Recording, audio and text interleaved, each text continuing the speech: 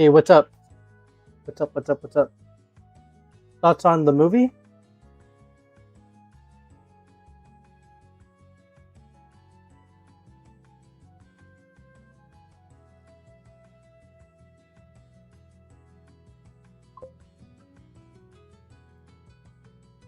It's going okay. Uh, because I still have a lot. I still have like 1,000 more frames to go. But the movie was awesome. Movie was spectacular. I think Tom is my.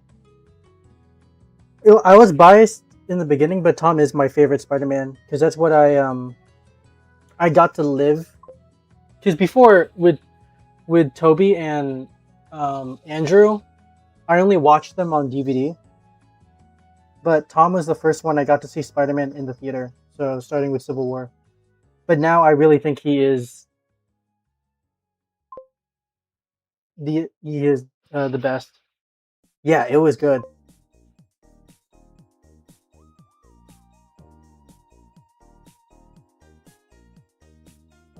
My opinion. So I give it. If you want to start doing like ratings, I do give it a. Mm, I give it a 9 to a 9.5. So I saw it as like it was the perfect Spider-Man movie, but the the villain was only A tier. Like it had everything I wanted in a Spider-Man movie except an S tier villain. It's only A tier because like the villain isn't really a villain. You know what I mean? You give it a 10? Yeah. I just don't think it doesn't have like I hopefully they keep the same like pacing and writing style for Tom's next Spider-Man movie, but I didn't get like a spot level or or like a the villain wasn't really threatening in my opinion. But no, but like the villain I'm so excited for for for Sadie in the MCU. It doesn't knock her down. It just knocks her down because they're doing a Spider-Man movie plus an introductory character. I love all her powers. Like the it's like a 9 out of 10, but you can't really change anything unless like you were in the writer's room and you change the whole story. Like that's why I give it like a 9.5. A 9 to a 9.5. I could be swayed to a 9.5. But yeah. Like it's no knock on her. It's just like it's not a Spider-Man villain. You feel me? So it literally, if you had to put Sadie in, or there's no one, it's just us in here, so I'm just gonna talk about spoilers. If you had to put in Jean Grey in the movie, this is probably the best way you could have done it. Like if they had to, if that was Kevin, I trust Kevin Feige. So if that's Feige's plan to like, hey, we don't need to have a Jean Grey um solo film, so we're gonna put her in Spider-Man, and he's like putting all the puzzle pieces together like this, then fine. But that's like maybe the MCU trying to put everything together, and then Dustin Daniel, his movie was the whole Spider-Man movie around it. So yes, dude, did you know Dustin Daniel, he had zero action chops. Like I was trying to do a deep dive in his directorial history. Other than Shang-Chi, Dustin Daniel Craig has not had any experience with any sort of action filmmaking. It was only until Shang-Chi when he did that, which is crazy because his action is so good in Spider-Man and in Shang-Chi, but I feel like it's even better in Spider-Man. It's crazy, but yeah, because Spider-Man is top five here. I think he's a top three for me because I think I'd still put some anime heroes on top. I think Spider-Man is. I don't like anybody more. He's probably my number one for comic superhero. Yes,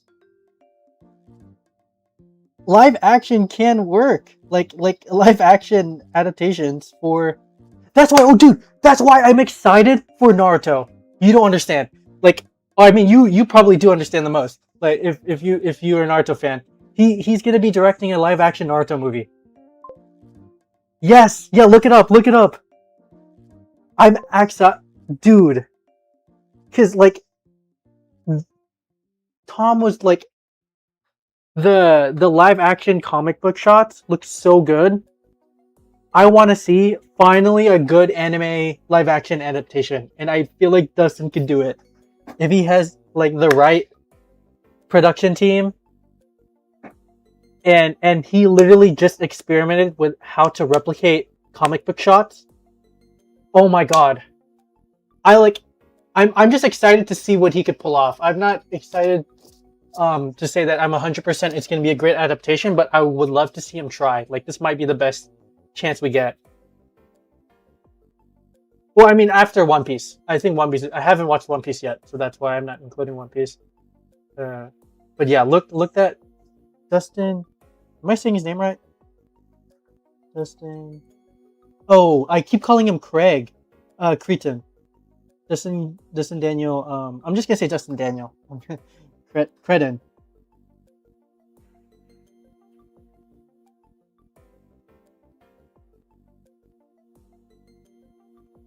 But I think also they axed Wonder Man, so that sucks. Wow, he got to work with Michael B. Jordan.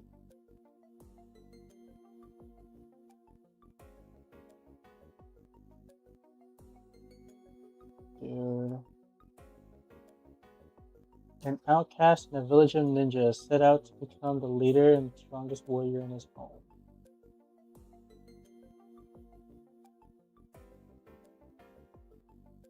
Dude, how? What are they gonna do, man? Is Naruto gonna be white or is he gonna be Asian?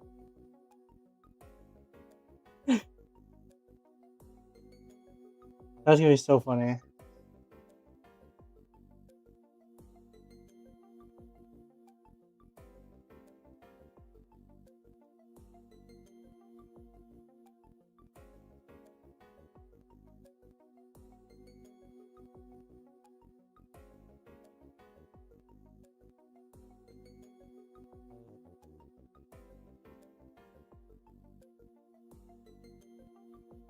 Hey Marvin, have you watched Spider-Man?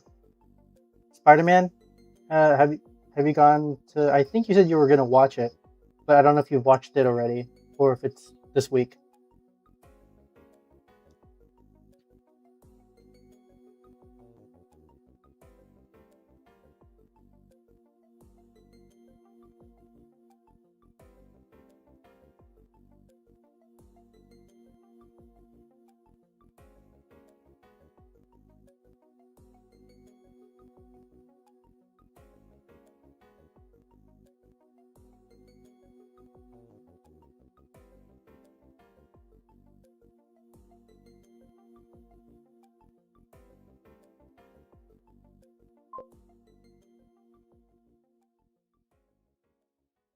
No. So you're gonna have to wait. Like it's probably gonna be 3 months.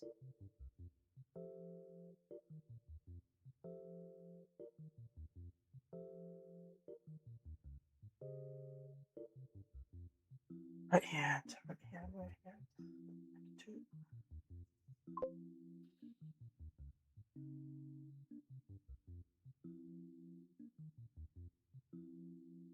Yeah. I was talking about spoilers earlier. I won't try to drop any spoilers now that you're in here. If we do talk about the movie, unless you caught some of it while you were hopping in, I'm sorry if you did. Yeah, that sucks.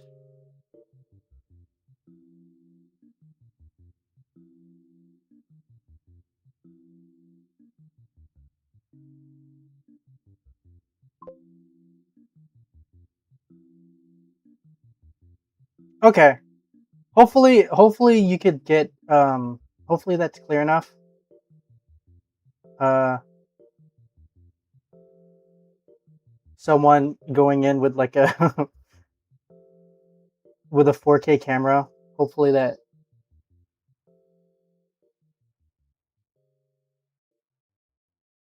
I remember doing that after The Furious though. After I watched the movie The Furious, I went online to find a cam version of it and I rewatched it that way. That was last month. No.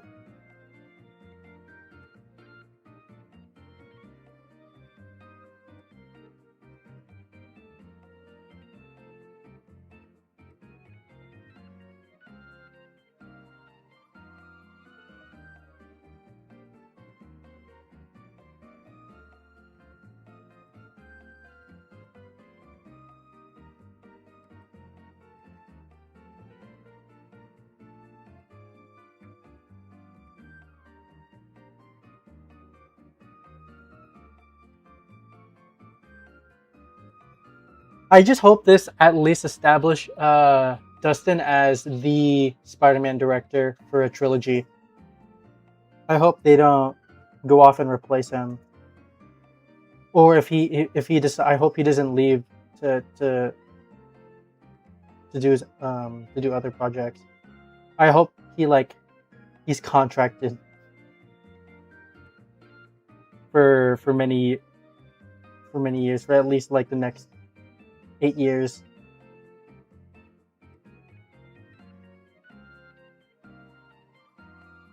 Because I want at least another, so two more Tom Holland movies plus him in Secret Wars. Because I don't think he's gonna be in Doomsday.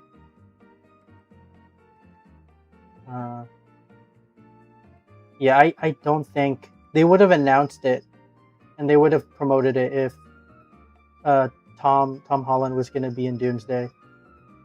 But he has to be in Secret Wars, um, in at least two more solo movies, and then I'm fine for moving on. Like maybe introduce a Miles or a new Spider-Man.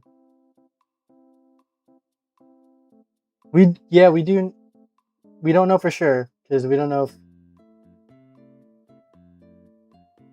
for Doomsday. Honestly, if he is somehow in that movie, I think anybody would be excited for that. But yeah, dude, I'm so excited for how they're gonna do Loki in Doomsday. How much screen time he's gonna have in the movie and his role because he's in the TVA. They showed him in the TVA where he's definitely somewhere else at the end of the Loki series. So I'm so excited for Loki. I'm excited how they're gonna do the New Mutants because how they're gonna reboot it, like the MCU version of mutants.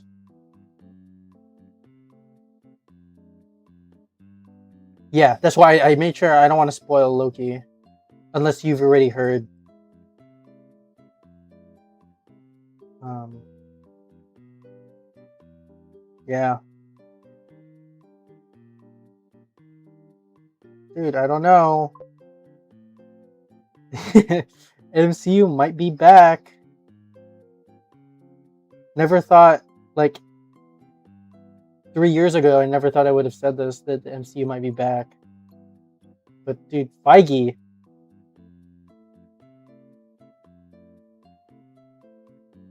Feige's always trying to pivot, and like he just keeps looking for keeps trying to think ahead.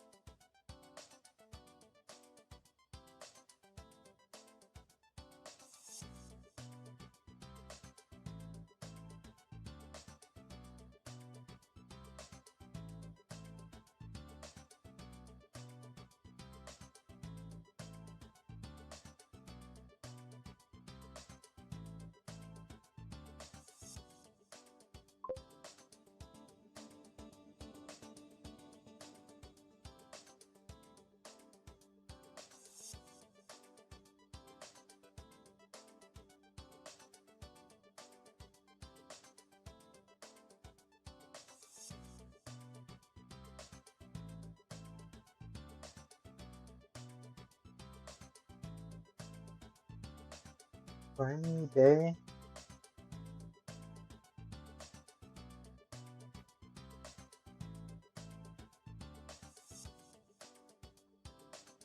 Is it a custom made suit? Like or did someone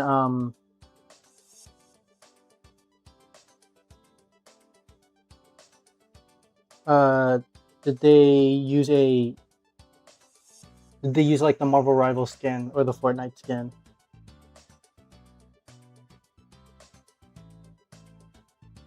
Is it the one made by what's his name? Because I was before I started this project, I was picking between two different rigs. Wonder.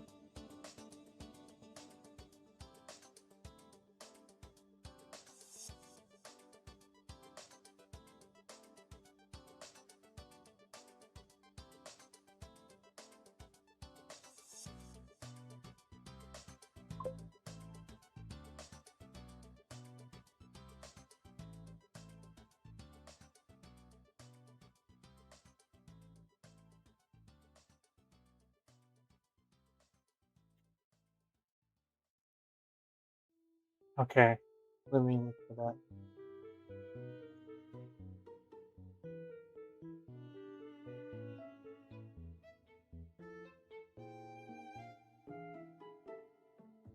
I'll follow them.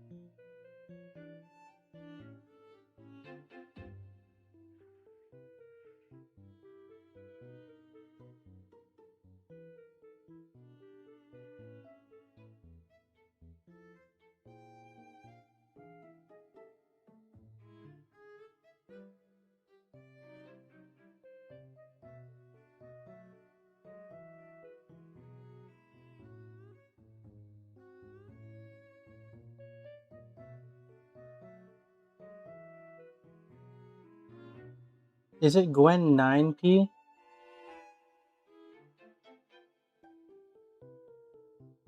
Oh, there it is. I see it.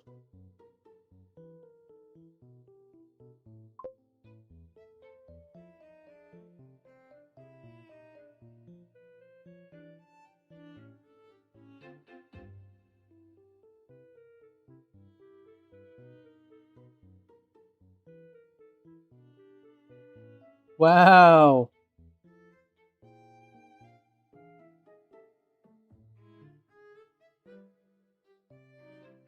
My God, it's real. With the web shooters. Oh my God.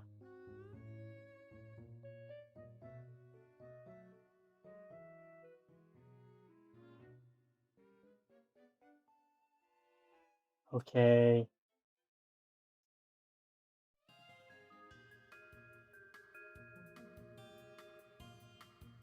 When did they drop this rig? Today!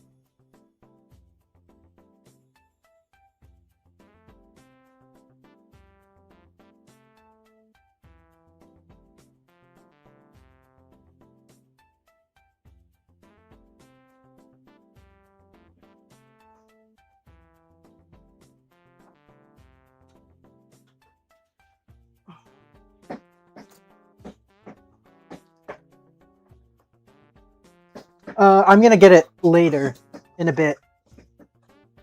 Maybe when I end stream, I might pick it up.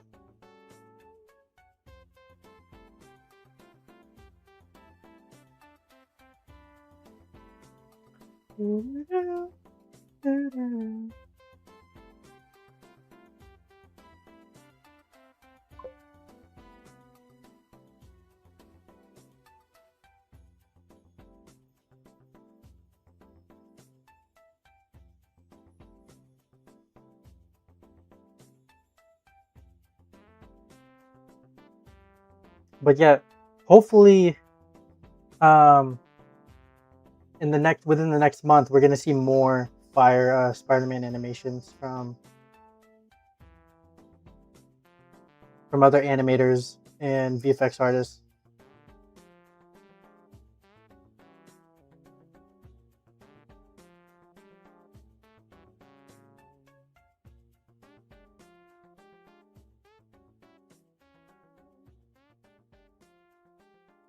I'm surprised they even optimized the that rig to work for 3.0 for Blender 3. They're kind of amazing for that.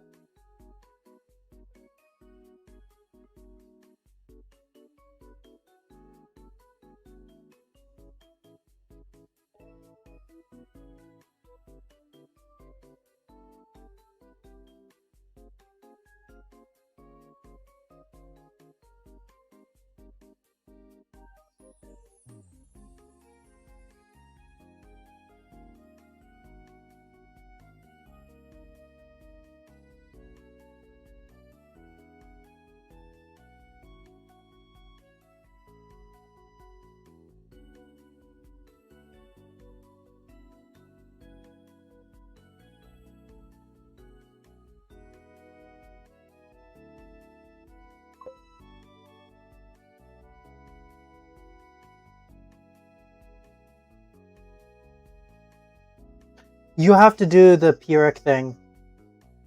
You're gonna have to just manually. Have you seen the Pyrrhic pickup rig optimization? Like it's what I'm doing now on my guy. I have a low poly thing, because when you weight paint in Blender for rigs, the mesh uses a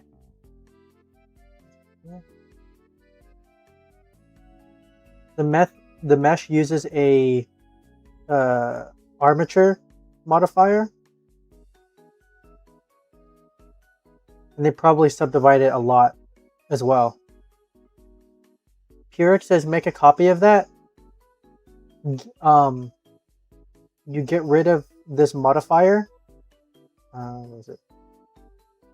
You get rid of this armature modifier, and you on your low poly, you cut into each bone on your rig, and you just parent it to the bone. Because look, and then you get 24 FPS.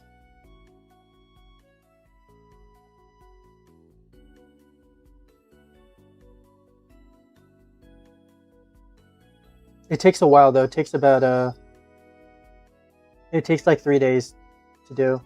Maybe two, maybe 1 day if you already know how to rig.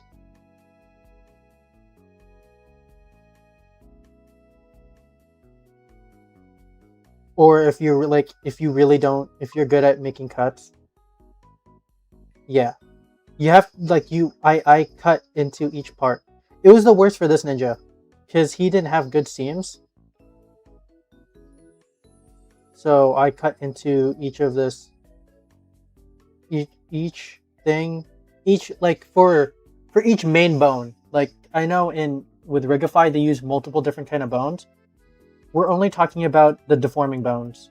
So each of the deforming bones. So here, I kind of split this up in 3 parts instead of 1 for the, what bone is that?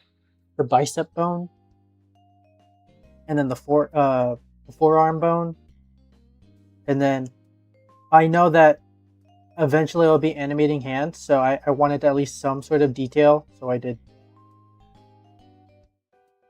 But yeah, that thumbs, head. I even made low poly eyes as well.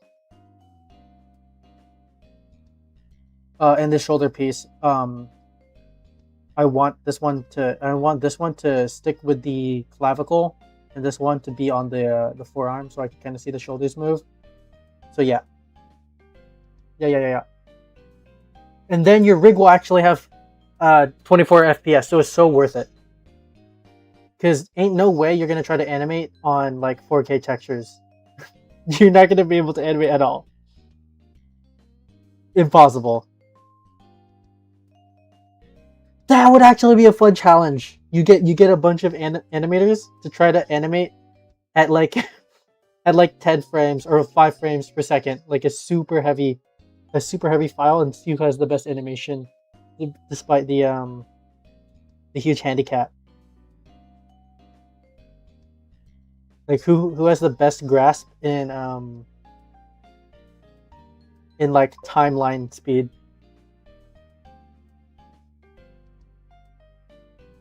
That would be so funny.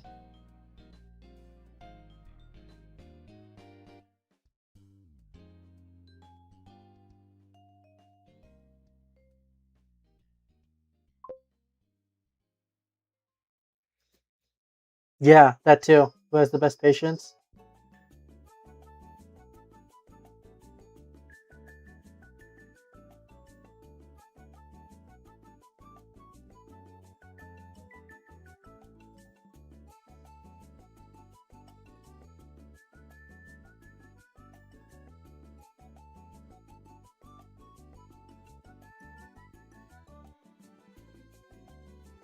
Oh wait, I want to check on I made a comment on Blender Reddit, Blender Blender help, asking about Rigify rigs to see if I got some sort of answers.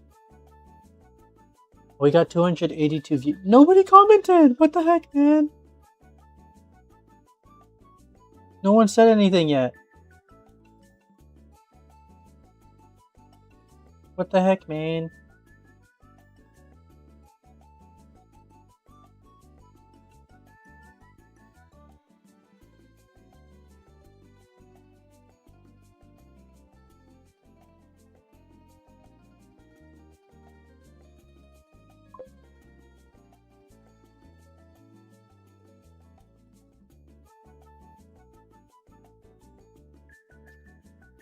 Oh, here, let me drop it. So the question was, in that's the. I wonder if it's gonna show up on the chat. The question was, when you have multiple Rigify rigs in the scene, your rig will start to have a bunch of latency. For example, if I feel like there's like 10 milliseconds of latency where when I hit G and move it, there's latency with it following my cursor. If I put in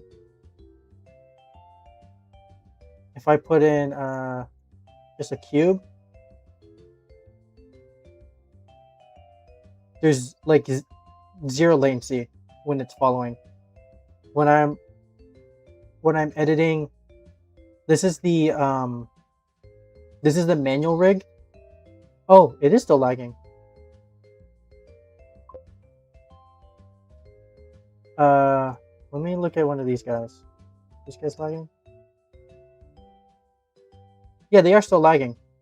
But once you start when you start hiding the rigs,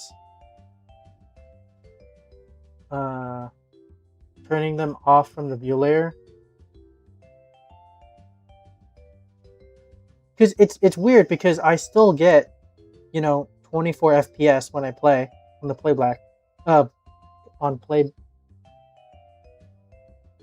The FPS thing. I don't. the rig will still lag when I'm using it. So maybe let's hide all of these guys. Like once.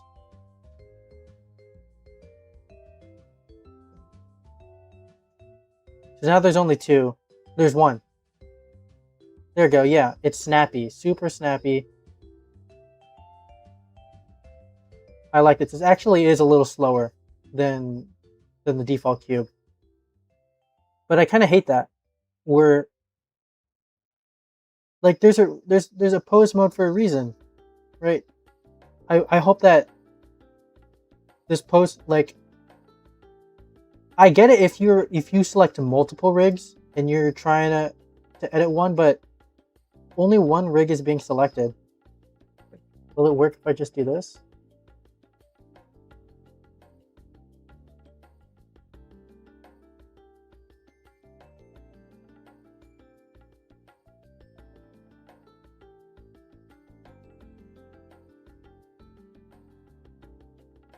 No, not really.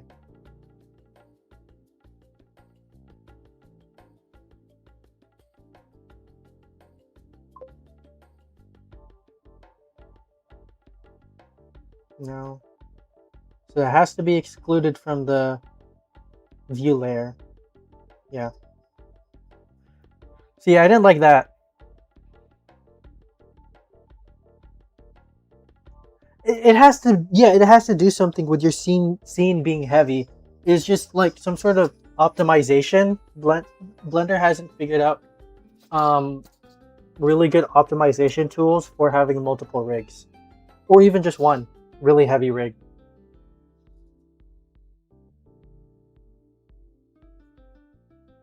Because yeah, it gets a little annoying. I think I've gotten used to it by now.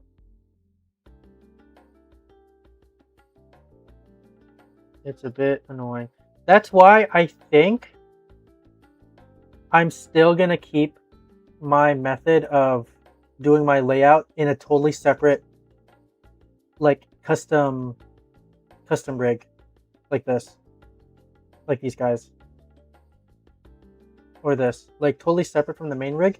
And then I just want to find a better way to either parent or transfer the animation from this. So like either make it 1-to-1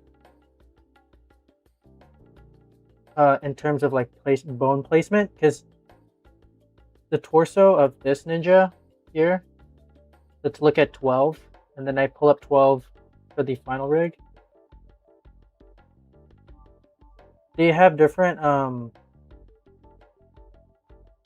if I were to put these guys both into the default poses, I think they have different midpoints. Like right here, they have different origin points. I think I need to make sure that they each have the same origin points for their torso here, this body, and the root. When I make because I'm gonna do it again. I'll explain what I mean when I make like this part 2 video. Because at the end here, Spider-Man, at the end of this animation, Spider-Man technically breaks out of this hallway. When I do part 2, when he's outside of the hallway, I'm gonna redo all these proxy rigs, and then find a really good way to optimize this workflow. Yes, I do have it turned on as well, and I have it like at 0. I have my viewport stuff at 0. Look at that. So I should have the fastest that my computer can handle, like the fastest viewport settings. And I'm also I'm not even in a shading mode. I'm on solid.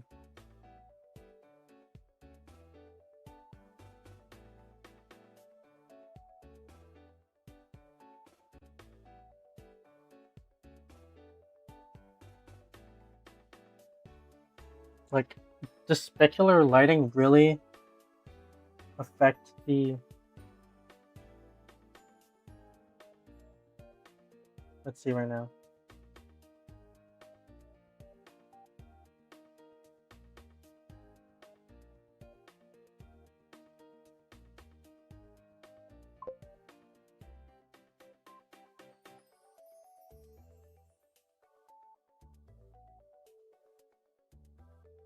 No, not really. Yeah, so I think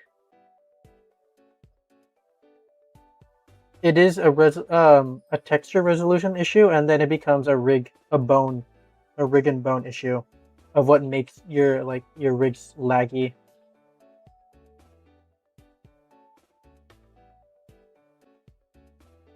Yeah, I do. I do have I have all of them turned off.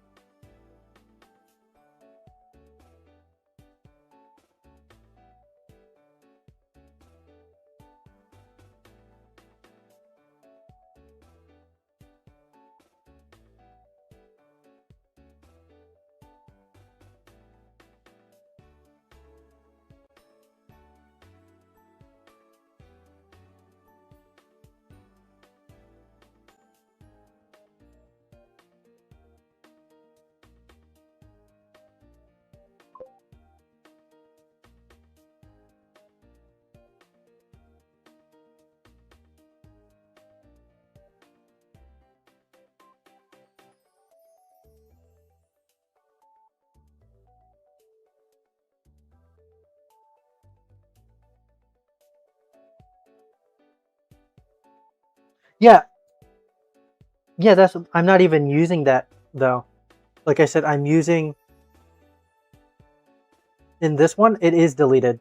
So I have two. You could just use you should start using two meshes because if you have it excluded from the layer, it technically doesn't exist.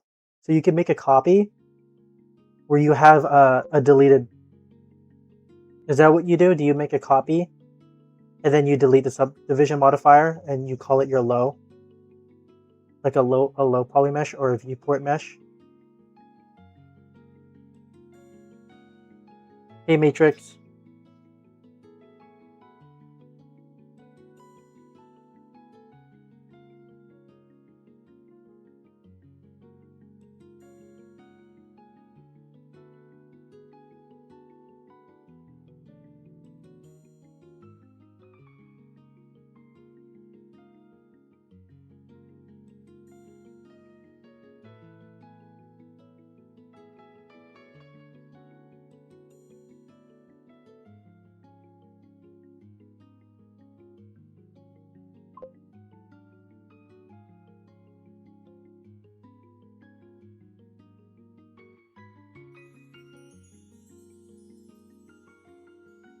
You should make a copy, delete it. Oh, so one thing, the Pyrrhic works the best, but another thing you could do is make a copy and decimate the crap out of it. Like just Shift D.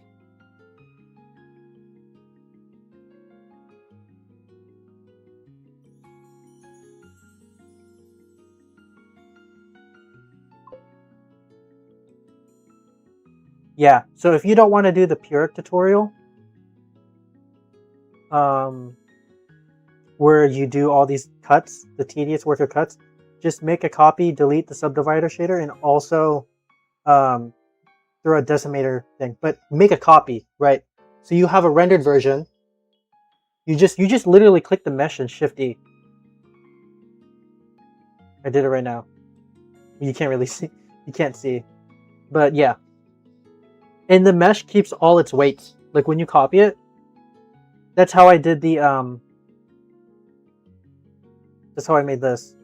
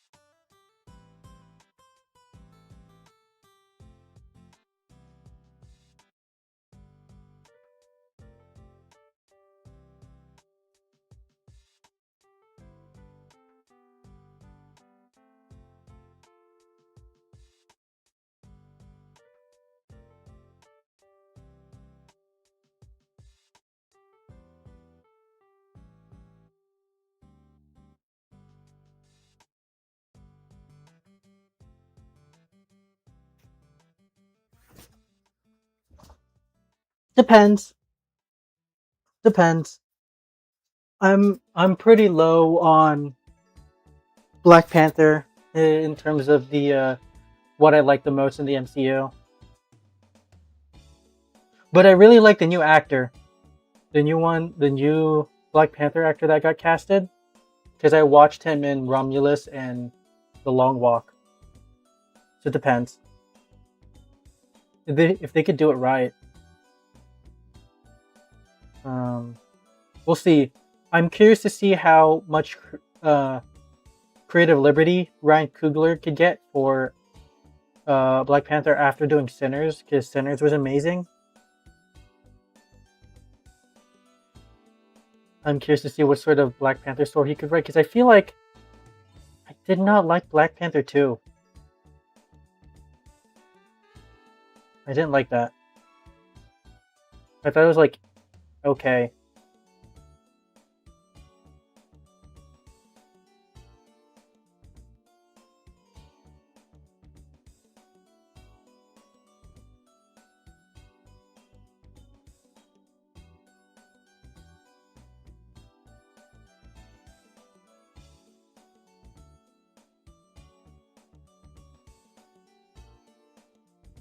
I might want to do. I definitely want to try to do a like an Avengers thing for Doomsday. I have no idea what I have in plan. Hopefully, I might just have to find a Doom model and rig it myself. Uh, yeah, but I know I want to do something Doomsday related. That's in a few months.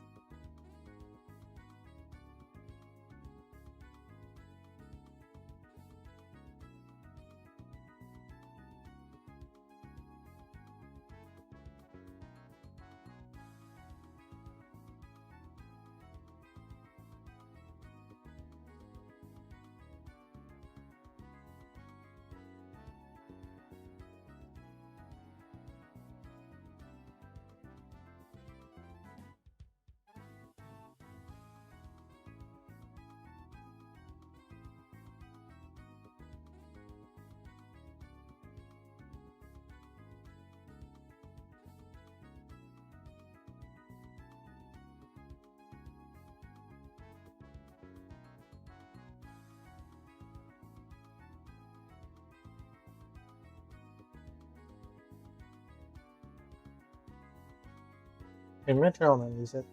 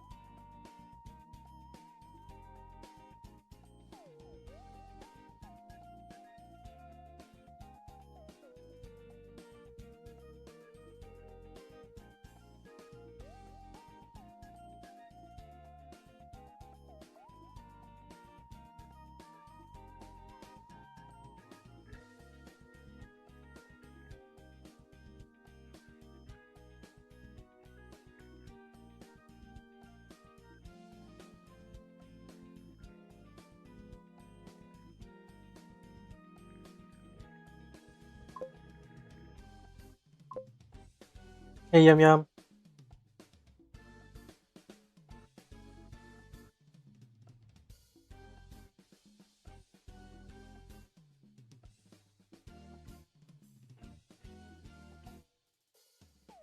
Hey, wait. Stay here. Stay here.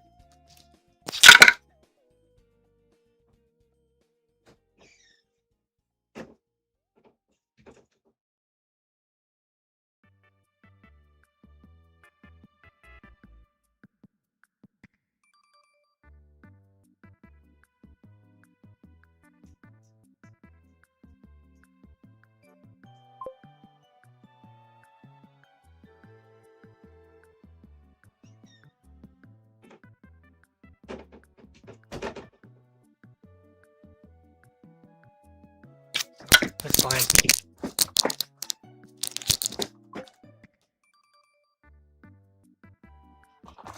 Ah. Oh.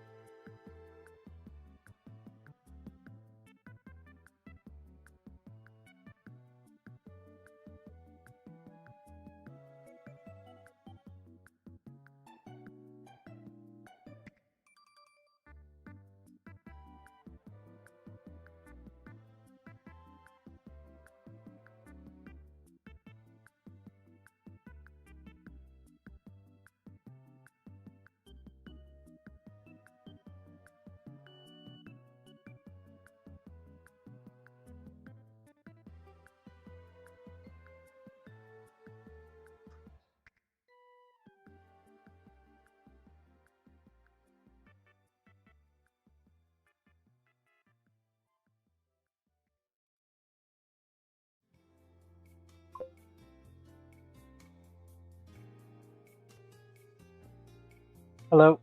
Hello again. You got any questions?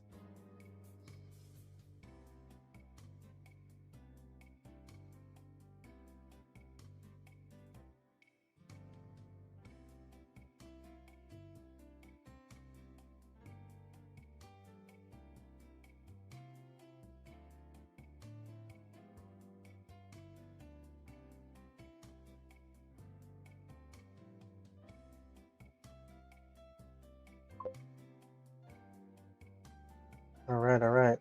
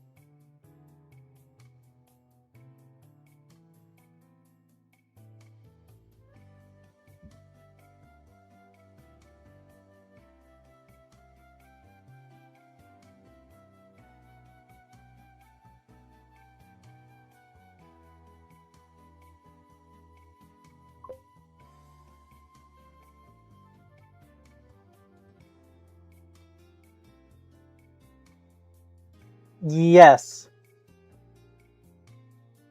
it does. Because the blue guy here, have you seen this?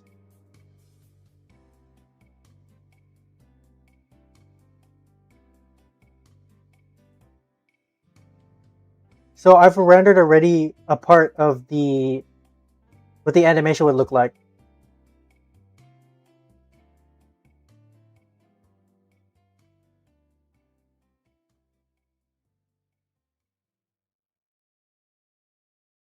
So I made this after I made this whole thing with the blue guy and these like simple looking characters. This is kind of like my sketch. So I make this whole thing with minimal animation. So not good looking animation because I'm faster. Like this is faster to make. This is way faster to make than this. So I make all this with all these different camera cuts, right? This cut, like that's just with. So right now I'm on this part right here. So I make all this and then I make it again with with the real character. So I later make it with this guy and then I hide the blue guy when I'm done.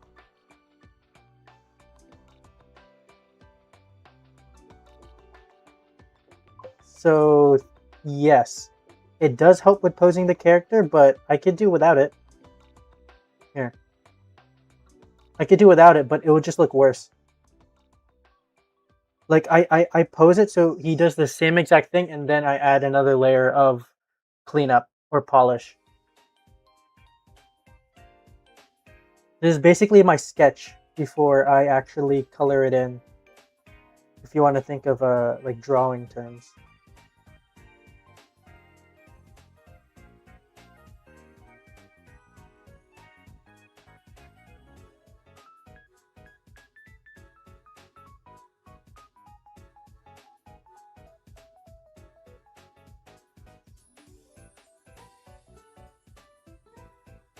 I'm just following my own instructions first before I go in and start making it look really nice.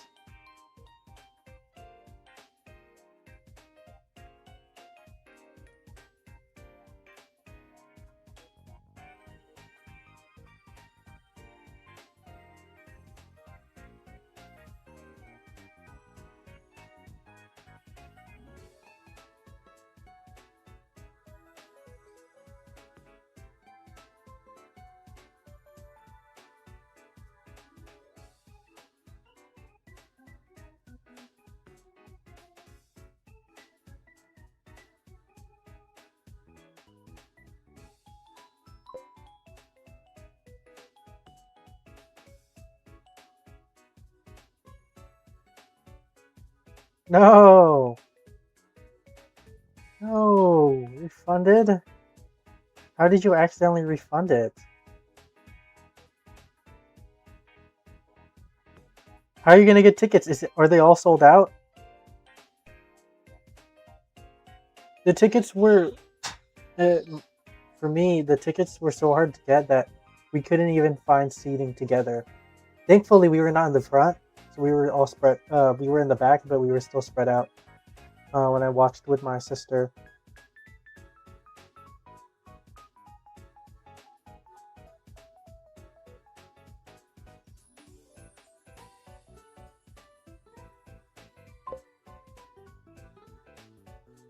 Oh no!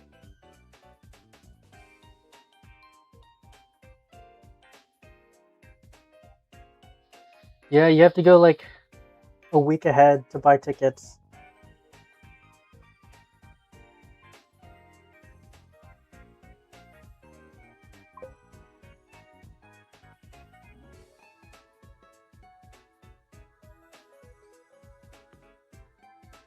Yeah, that sucks.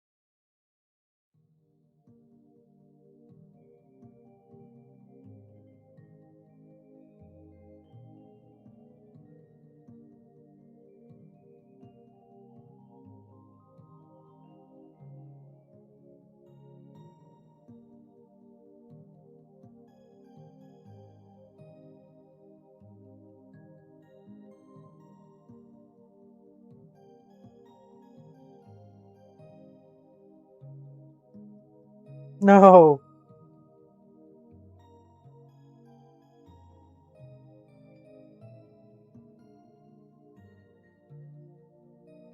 Actually, phone is probably better than the computer because 720p looks better on the phone.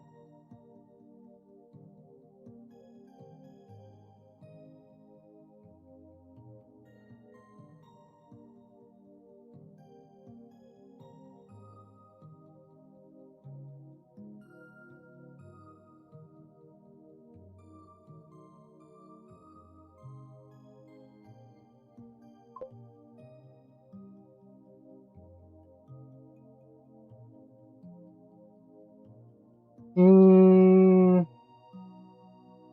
I will have Spidey swings in the future, in the like way further parts in the fight. But no, I haven't tried to animate a Spidey swing yet. I have no clue, um, if I could do it. If I could do it right.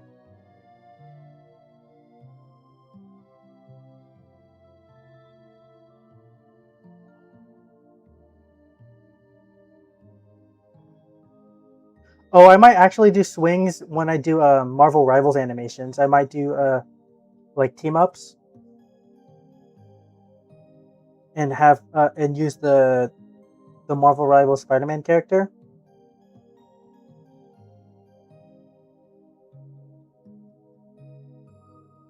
And try to do web swing stuff in for that game for that animation. But no, I haven't dabbled in any swinging stuff at all. Like not like any sort of city swinging. It's only combo, like for it's only hand to hand webbing. Yeah, dude, I'm gonna do the layout with the blue character.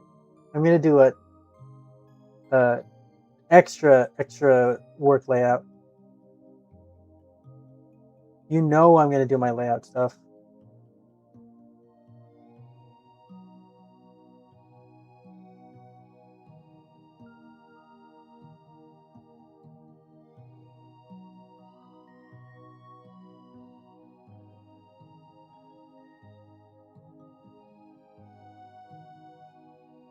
But I wonder with Spider-Man swinging if you could just use the root the whole thing because he rarely makes any contact with the floor, with the ground. So maybe I could just straight from the get-go just move the character using the root bone.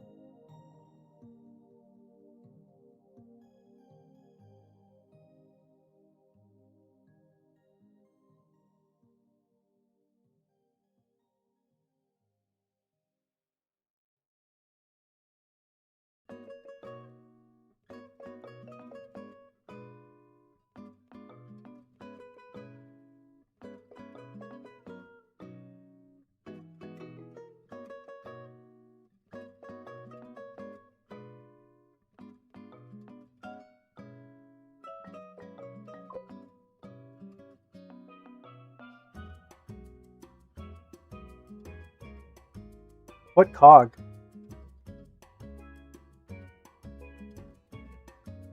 What do you mean cog? Is there a cog bone in Rigify?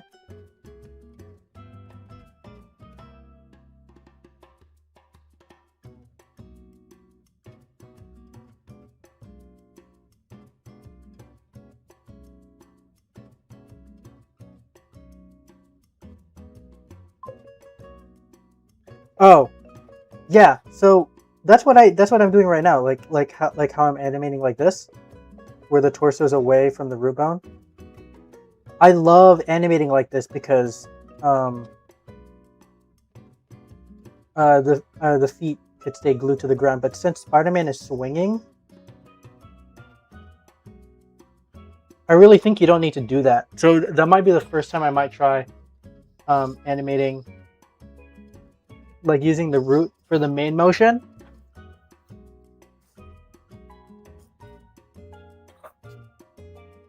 So instead of like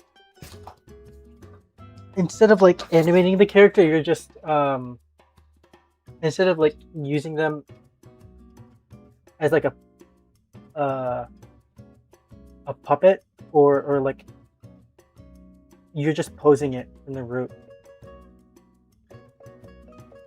We'll see. I'll make a note of it so I could when I try doing swinging, I'll try to make a note to talk about it.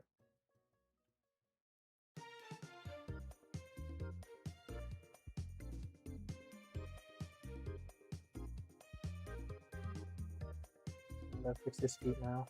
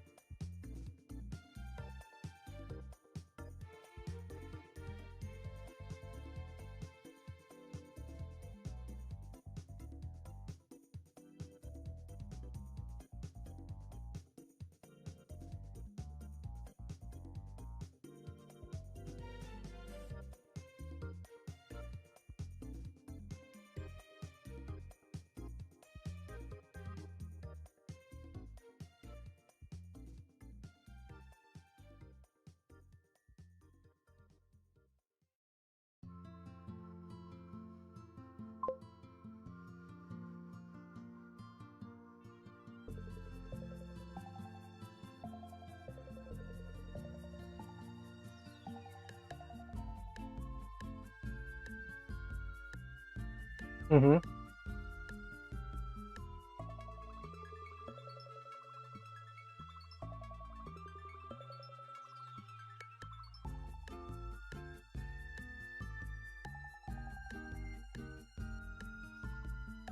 I think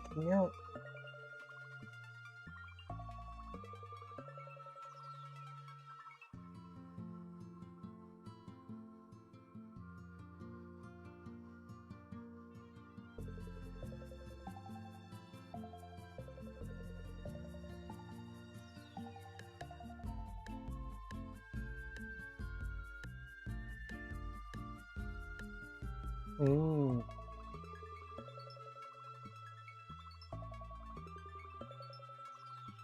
Yeah, Nara did talk about that in his tutorial.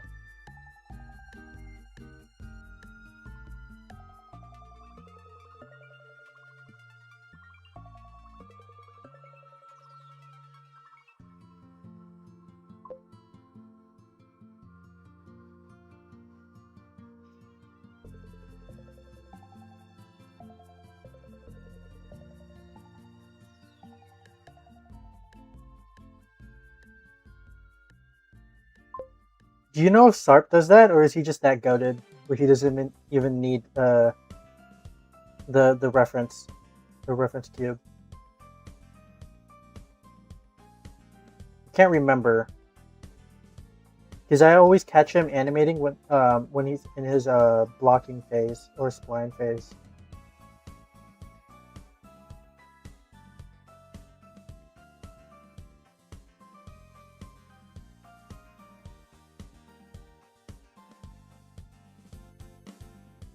Oh, and also with the cube, right? With the cube, do you parent it?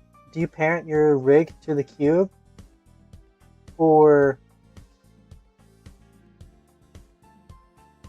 oh, you literally said it right there. Okay, yeah.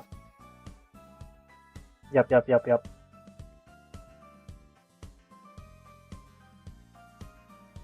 So do you animate it on animate the feet on FK?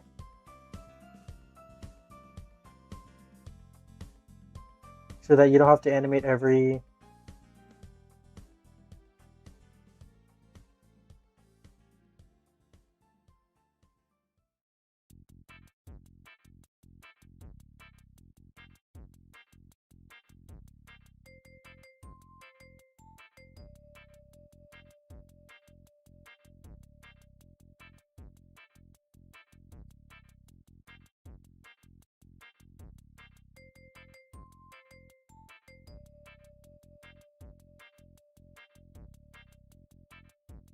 Because if you parent just the torso, then the feet won't follow.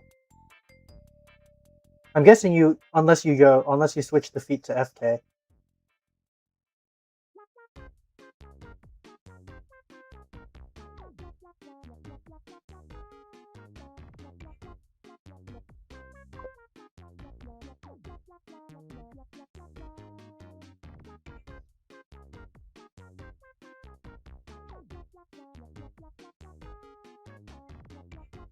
Okay. Yeah.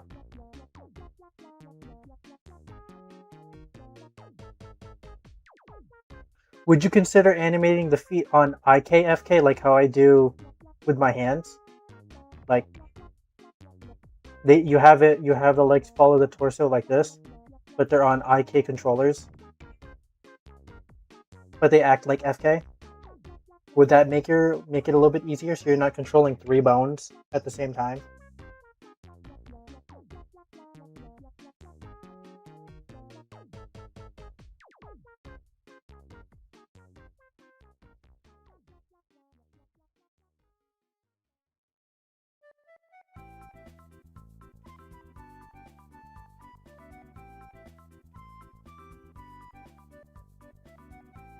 Or maybe you're already doing that.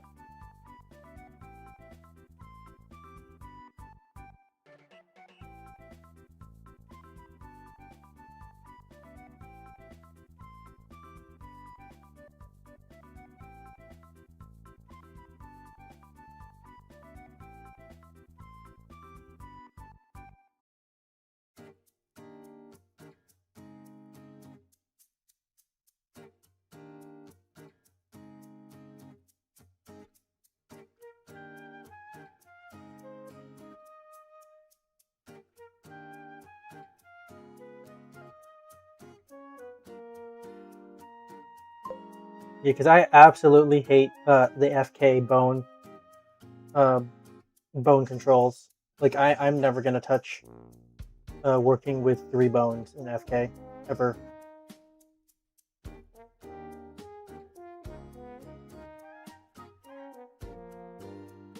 No, I'm not talking about using a switch. I'm talking about using a sort of IK that follows this parent. That's like, look at the I. These are IK.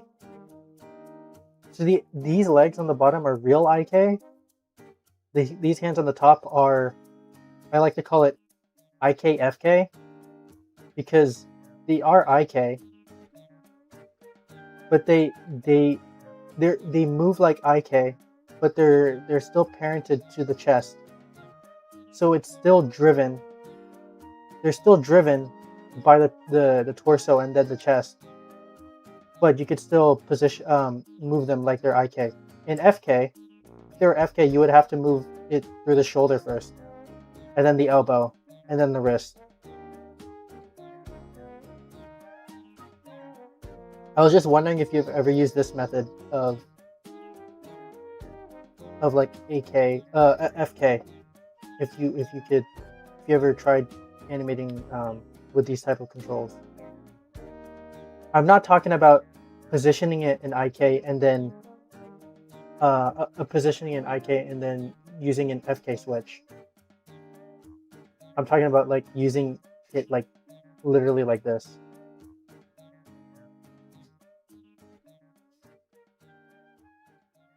But if you don't get what I'm asking, then it's fine. We can we can move on. I may have worded my question weirdly.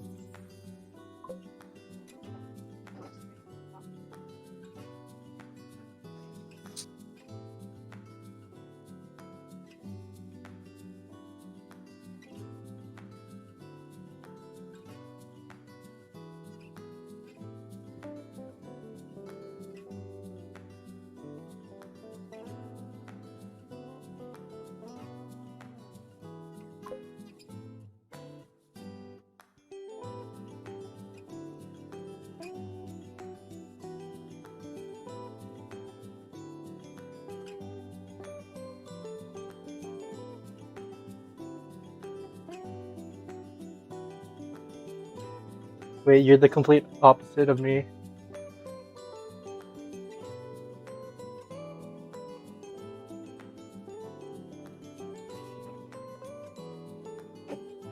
Yeah, you're the opposite of me. I hate FK.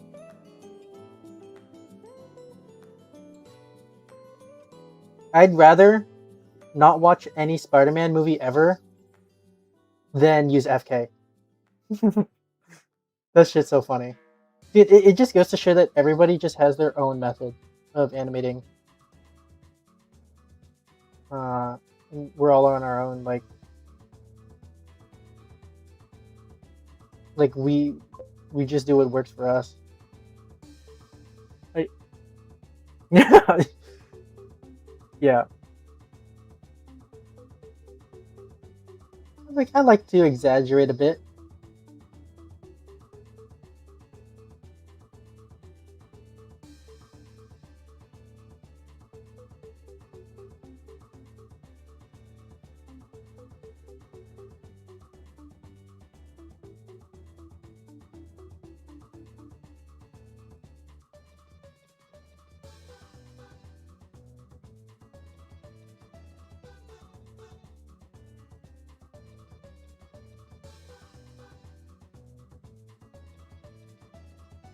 I also can't work with the lights off. Are you a lights on or lights off person when you're at animating at home, or when you're just working in general when you're using the computer? Even when I play games, I'm a lights on. Maybe not the brightest, like, but I'm like fully illuminated in my room.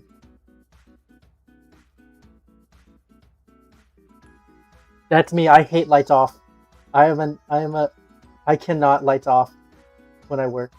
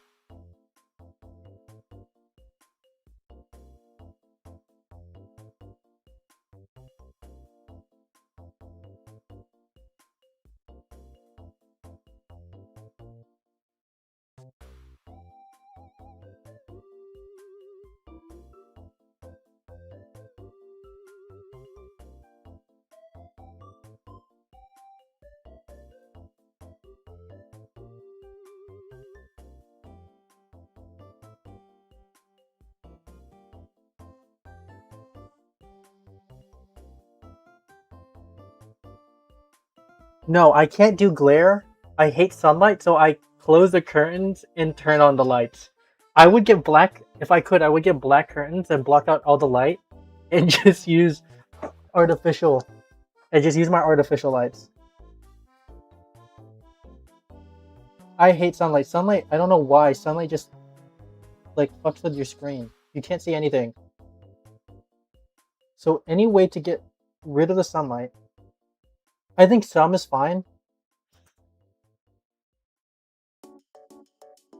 Yeah, I can't even do tinted lights. Like they have to be yellow, white or yellow. Uh,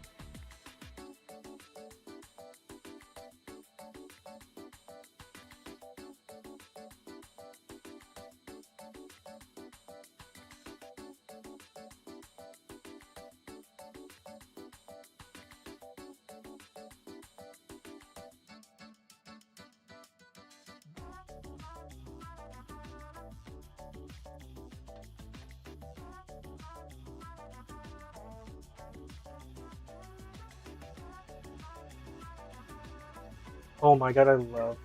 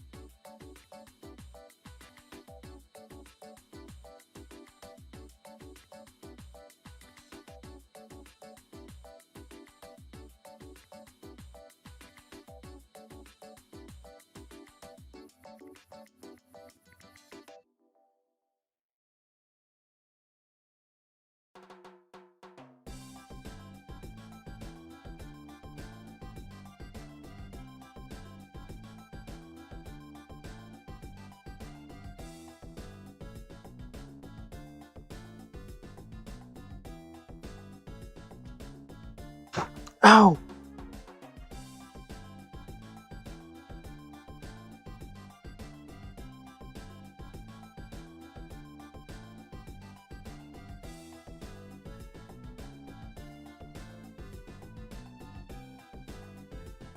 hit my leg on my table.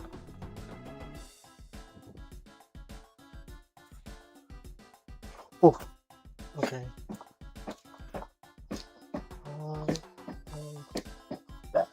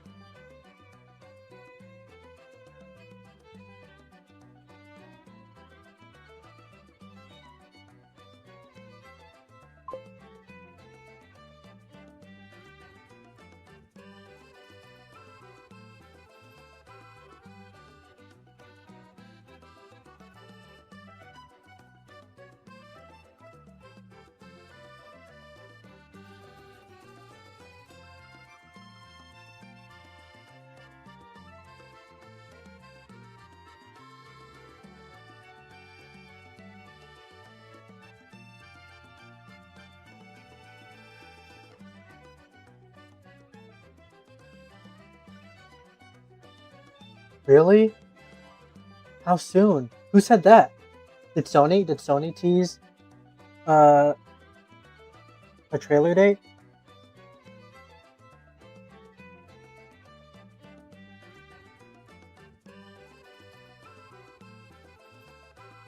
Oh my god.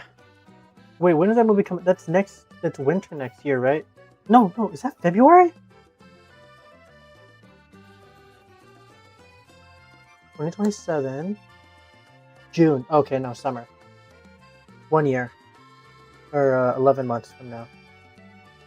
No, it's August. 10 months.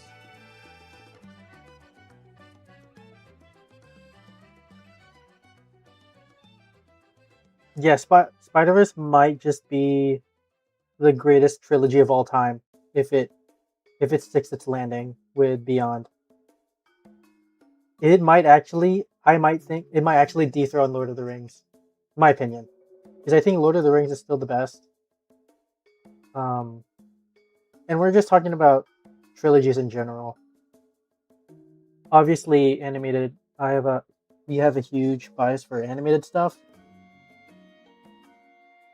but yeah, dude, I'm probably more excited for that than Dune, or even more excited than Brand New Day for Spider Verse, or even for like. Is there an anime that I'm excited for right now? Yeah, it's probably the my most excited thing ever.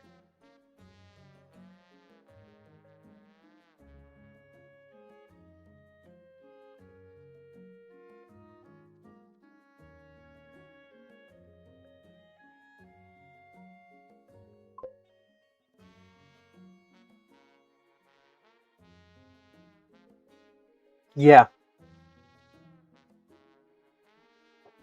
I hope it. I don't care about the animator's health. I hope the movie's 3 hours, please, or at least 2 hours.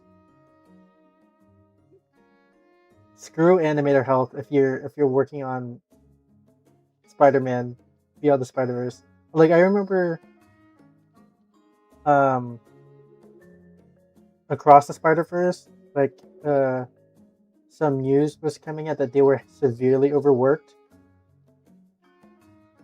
and underpaid. Um, it really sucks that they're underpaid, but damn, did they make a good movie?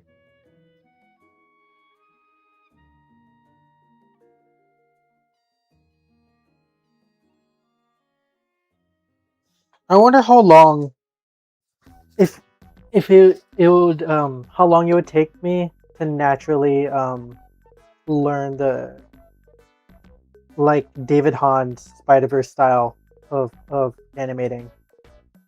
If I have to practice it, or if it will naturally like within 10 years, if it will come to me like just through experience.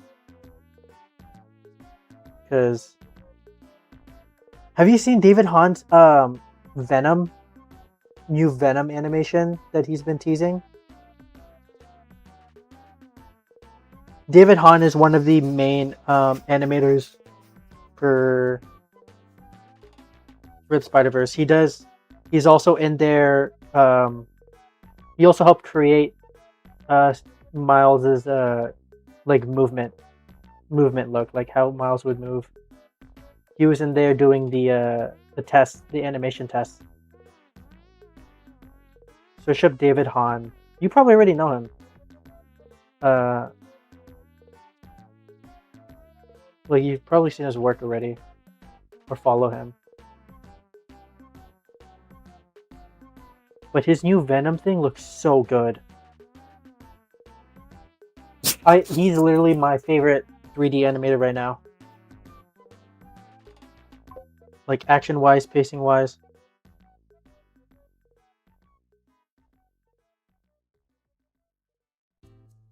Who is that? Who is that? I want to see. I want to see how well, like the closest someone could be to David Hahn without being David Hahn. Can you drop their name? If they or have they posted stuff? Yeah, even for acting, like I remember he posted on his socials his acting chops as well. They're okay. They're good. Like he's not gonna get like the most emotional scenes, but he could still animate. That's why he's like, yeah. But for action, for sure, he's he's the best. Like camera work, um, action pacing for 3D. He finds a way to merge like anime style, video game style pacing in animated in a video form. Okay, let me see. How close is it like realistically possible to get to David Hahn without Kenzo? I am not following him. Oh yeah. Yeah, I see it. Oh my god, I see it. Yeah.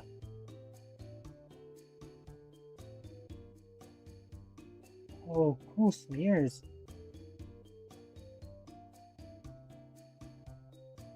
Oh, he's learning Blender as well.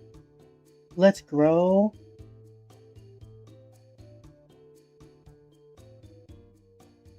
Oh, no, you weren't kidding.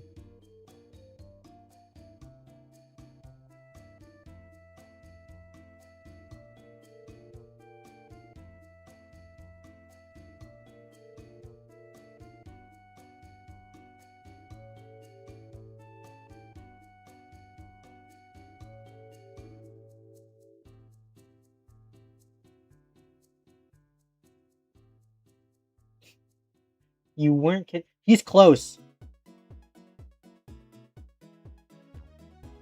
Oh my god, he's really close. I think he's probably the closest to anybody. Except who made that one I remember I saw you liked one of their posts. Shit. Was it there was a certain they did a Spider-Man and Prowler animation. It was an animation team who dropped something. I think it was 2 weeks ago or last week. Oh my god. I think I saved it.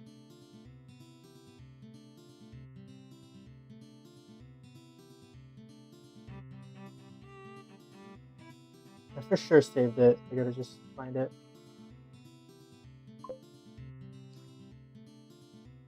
Chasey? Yeah.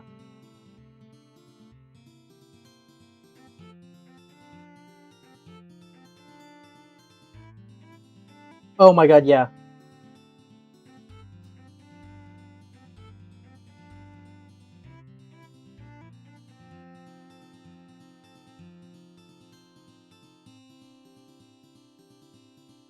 I just think sometimes I don't like when they go on twos or threes. I like seeing the interpolation. So the more frames, I like it when they they skim through and select pick. Actually, I think Kanezo Kanezo's closer. Looking at his stuff right now.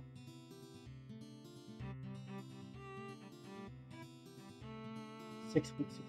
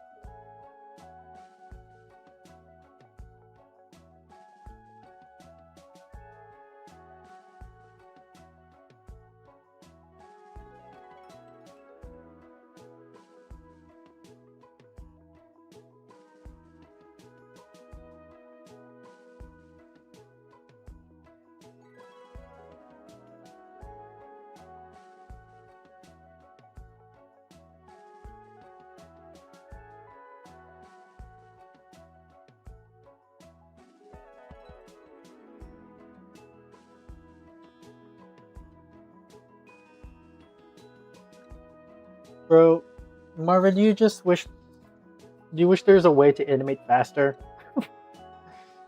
Oh my god, I keep looking at cool stuff and I keep looking at my timeline and I'm like, bro, am I ever gonna make it out? It'll be like a day 3000.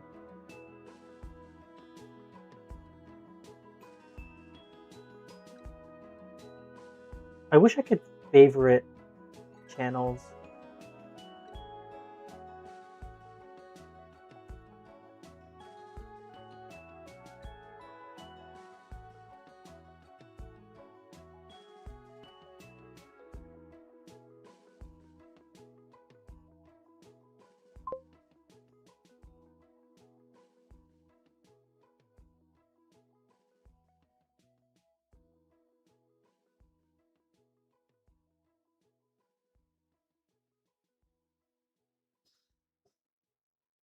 Dude, I wish I could download animating faster.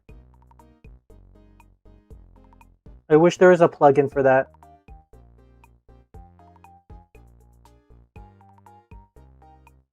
Animate faster plugin.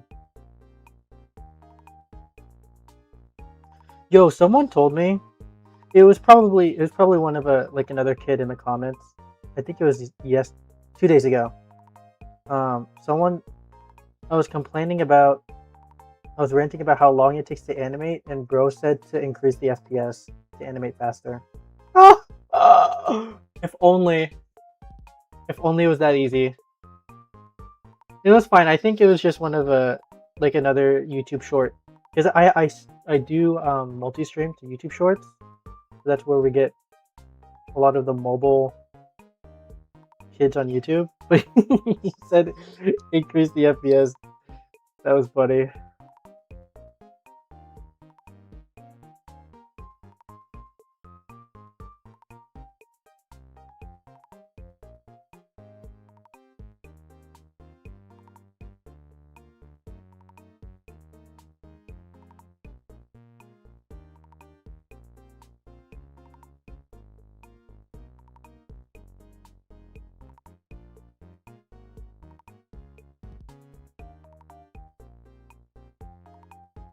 Dude, this scene's gonna look so cool. It's gonna look so cool. Alright. Boom.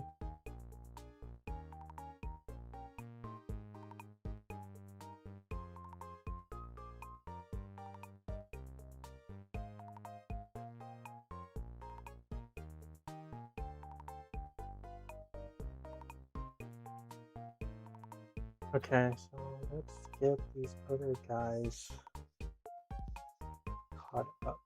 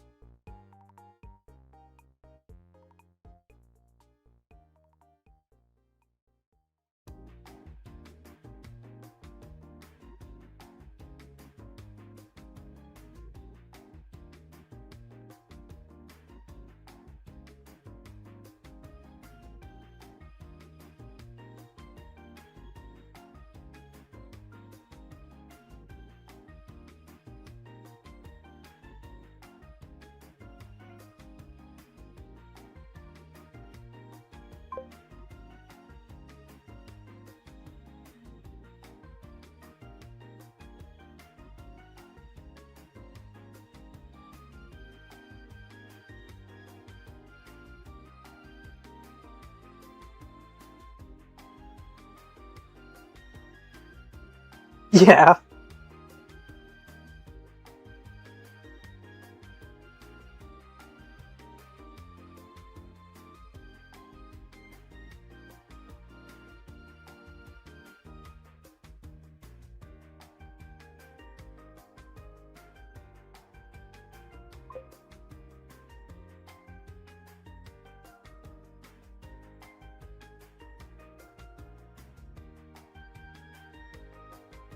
Monty Red versus Blue. Monty and Dylan Gu. Monty because I watched the documentary or YouTube doc on him. He did Red versus Blue and Ruby. I stopped watching Ruby when Monty passed, but yeah, he for sure was the main inspiration. Monty Ruby, and then another channel called Cake Station.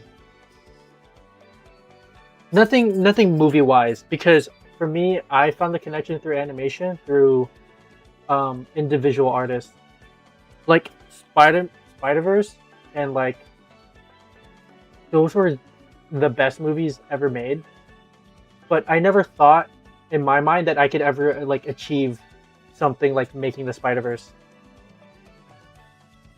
Yeah.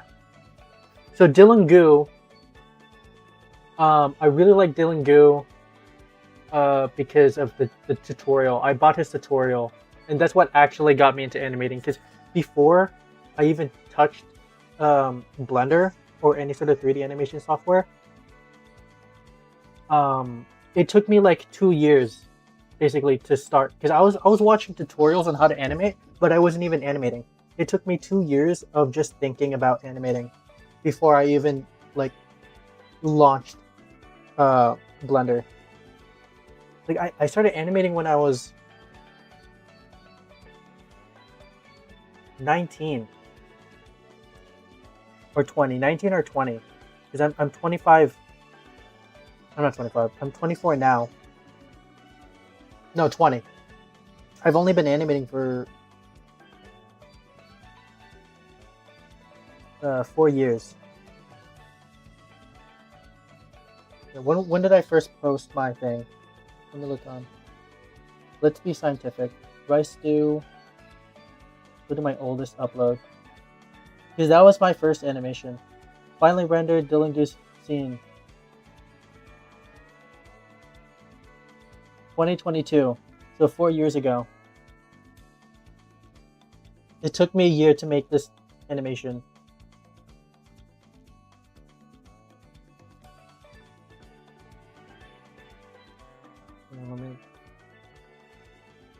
Here, I'm gonna put it on screen. You don't have to look for it.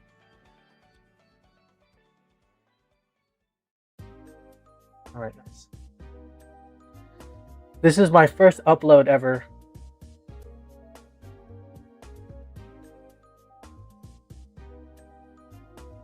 And then I freaking paid money. And then I went to a 3D school. Oh, somebody commented? Oh, I know this guy. Never mind. I hit him up again. Alright. Let's just watch this. How much I've improved.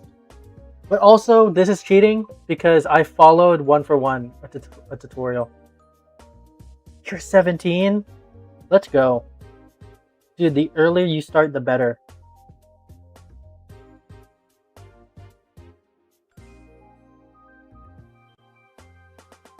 Yeah, I started late. I started when I was 20. Some people start when they're in elementary school because they're drawing.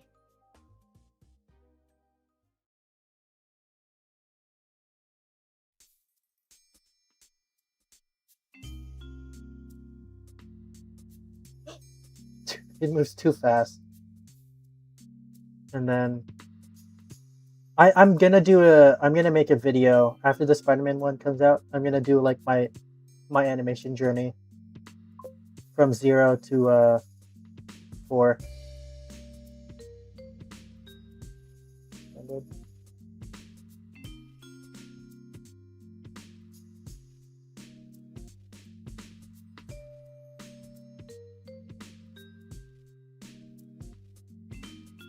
$40? That's crazy.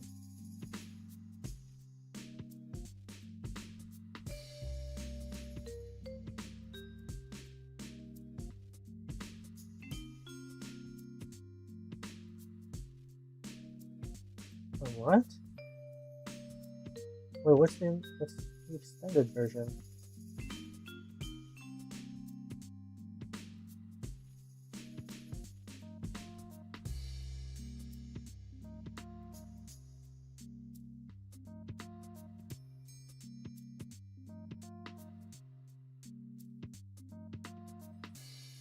Oh, let's go.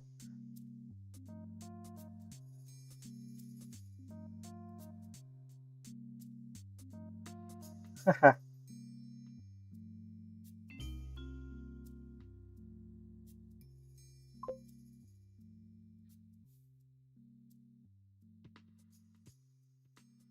was my third one. I want to do this again. I'm gonna copy that shot I did in the end where you follow the knife. But that's also a Monty shot, so I stole that from him. And then in later, in a future Spider-Man animation, I'm gonna have like Spider-Man kick one of the ninja swords up, and it's gonna be a sword POV.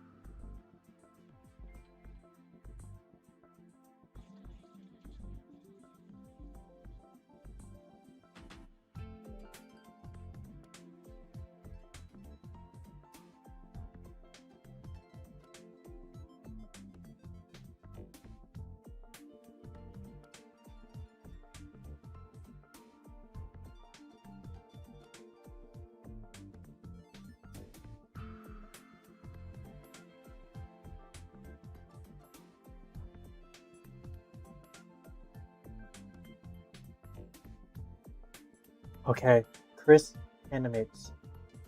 Let's see if I've seen that video already. Oh, Chris Impact.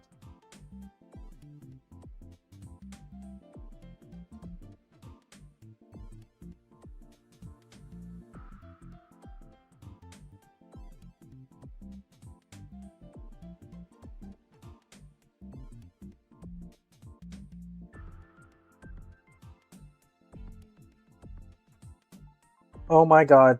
Oh, I've seen this. Oh my god, this guy's gonna go crazy. I could tell.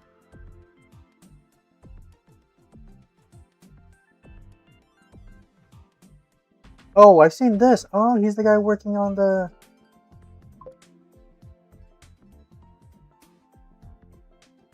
I thought I already watched this video. Wait, where is it? It's not on here.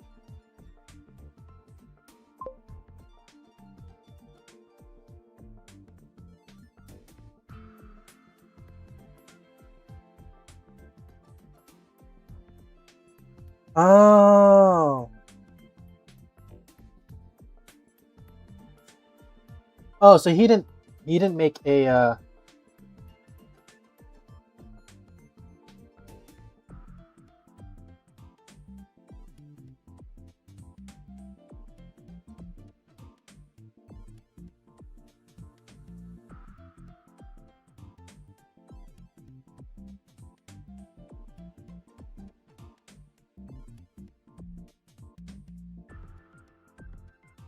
That's crazy.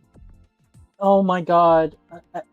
At this level, when I was at this level, my animation, I was so scared. Even now, I don't move. I don't translate the head bone ever. I need to practice my squash and stretch more. But I don't ever. I was not fearless as a learning animator. Oh, sandbag. I hate the sandbag so much.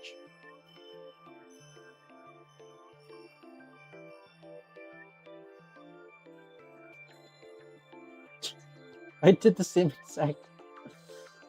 I took my class did the same exact thing. Not this. We didn't do a jump.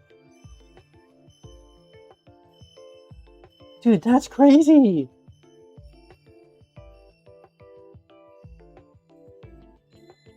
From bouncing ball to a run cycle.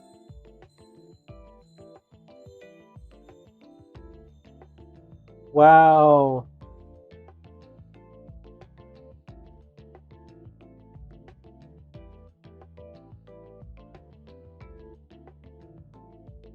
What? Dude, what is he on? Sweet. 1 month? You're 1 month. No shot. He had 0 experience. This is from Udemy? Oh my god. Just freaking sign me up. I wish I go back in time and... Dude, what? I mean, this looks... It's not the most polished work, but going from like... The impression of the title is like he had 0.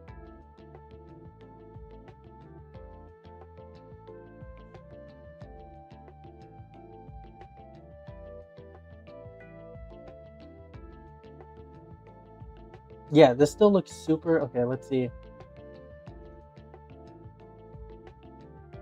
About Bounty. This one? Does he have an upload of it? Okay, there we go.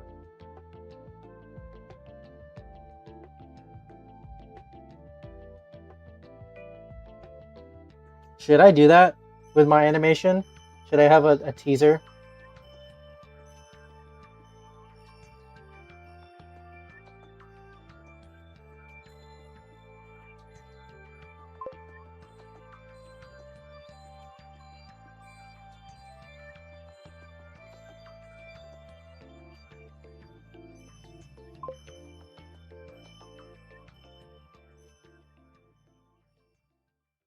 Wow.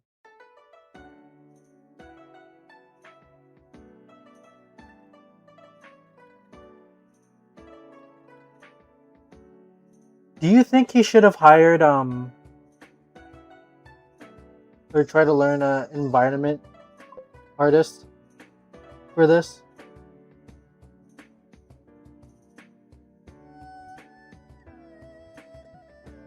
So that it's not all in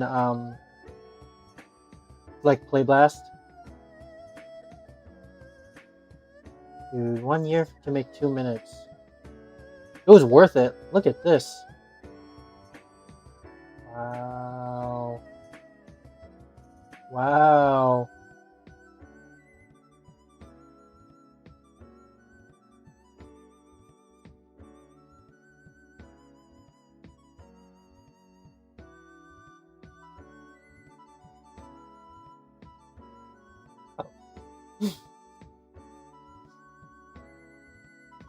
Dude. What the?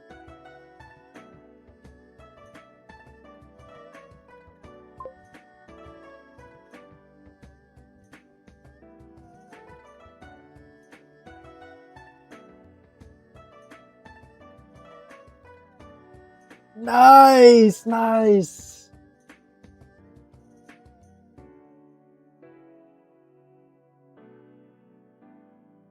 And climbing up. Yes. Oh my god.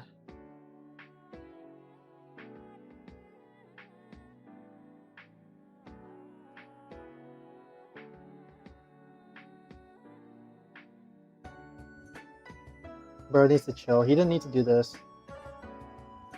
He did this like...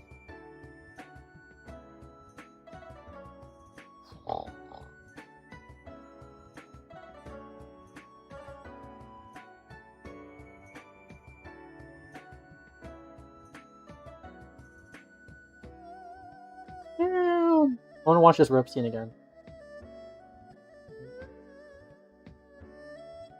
Whoops.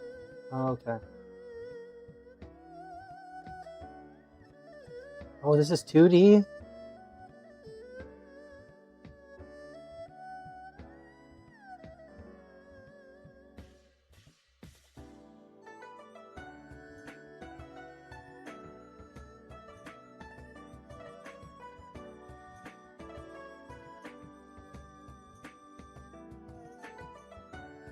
it 2D? I can't tell.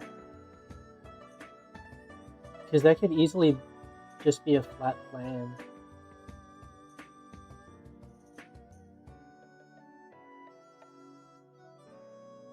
Oh, it's not. That's a rig. Oh my god, wow. Oh, that's a rig for sure. It's right here. This looks like a rig frame from here to here. Dang. Yeah.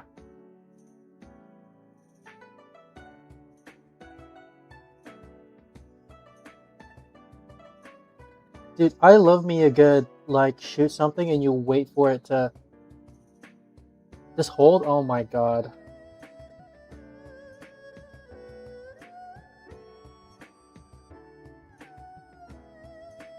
Just one thing is that he shot here.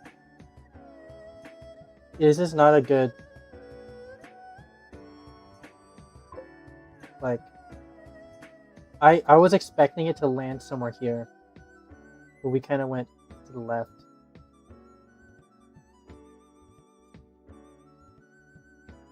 But like, dude, I mean, show off. This is so good. It's not even a gripe. It's not even a gripe.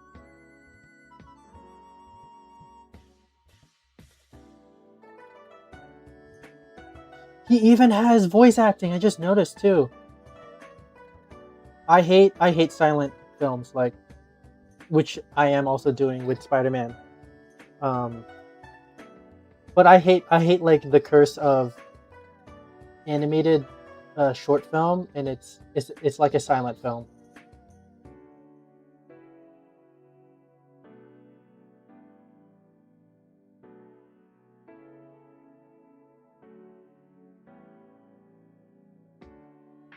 Wow.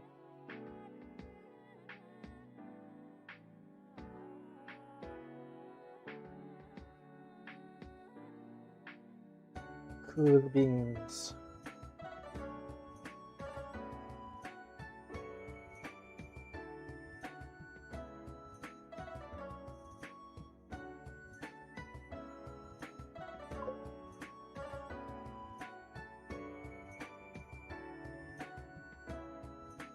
I like how he's just a YouTuber now.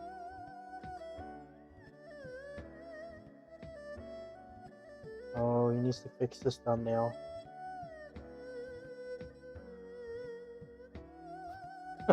What is this?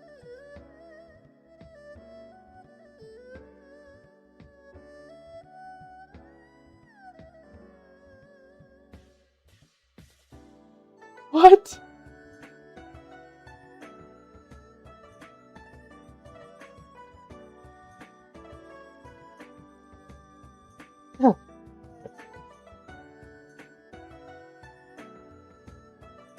He made this? What? I remember seeing this 3 years ago.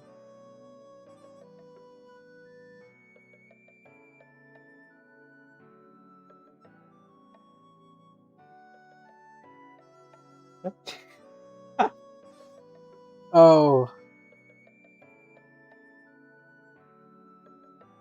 Chris Impact, baby.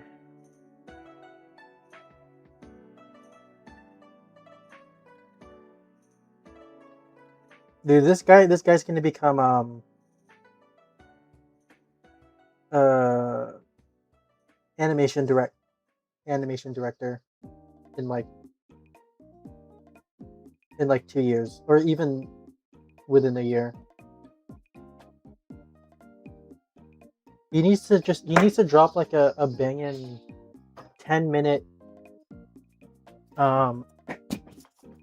like really good short with a team. He needs to like find a team, and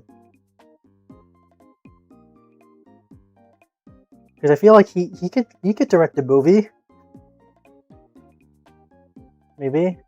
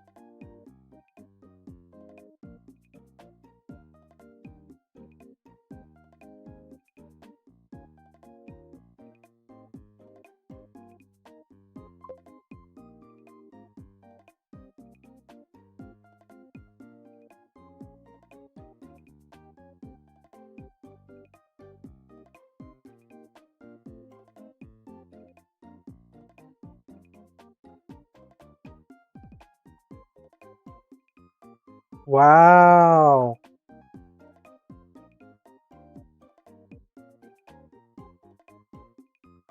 No, it's fine.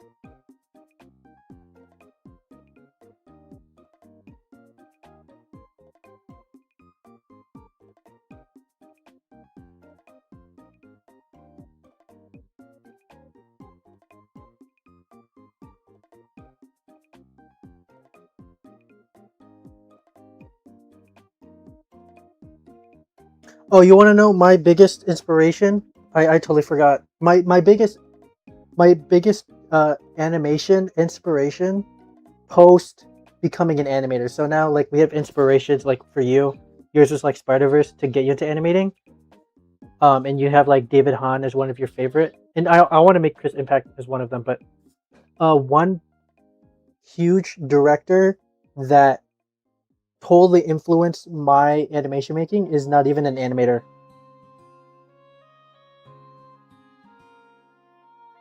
You've watched The Raid before, right? The guy,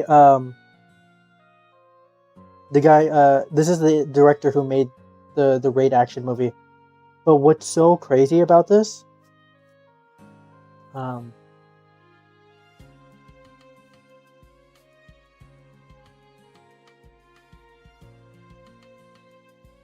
Let's just watch this.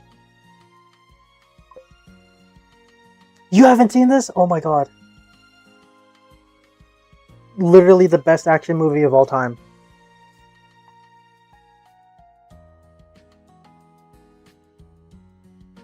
I don't like.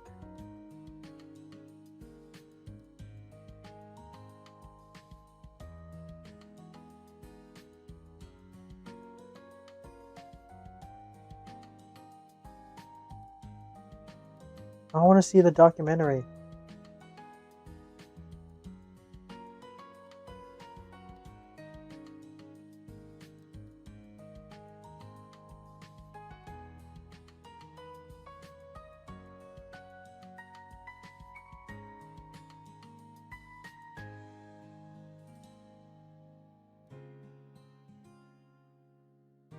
Oh, this.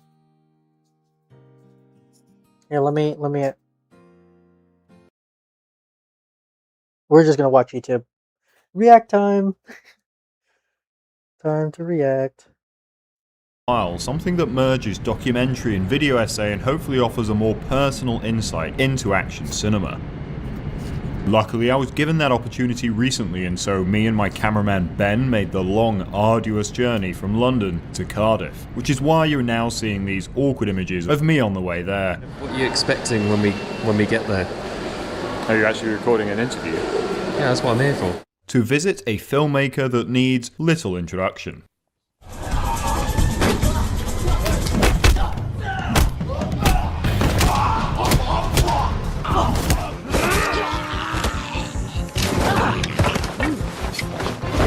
Gareth Evans, of course, is the director of Merentau, the Raid series, and Apostle, along with co-directing VHS2's Safe Haven.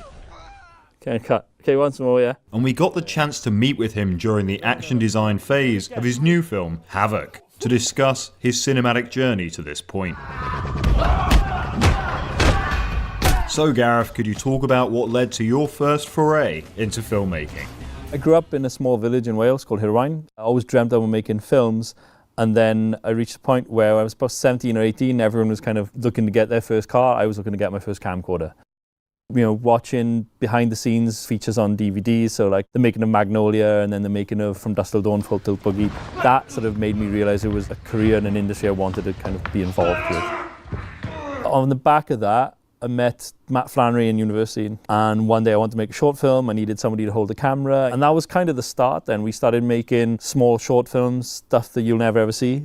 And that led us to decide to take a sabbatical off work for a month so we could go off and just shoot Footsteps, which was a 16 to 20 day shoot, small little independent feature.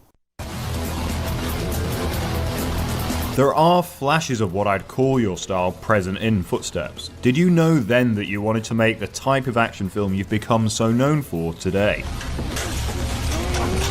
I think I was more informed by going into Indonesia because really for me, this, when we made Footsteps, at that time I still thought that I would be more of a sort of European art house filmmaker. That was the kind of cinema I was more interested in terms of what I was watching. Again.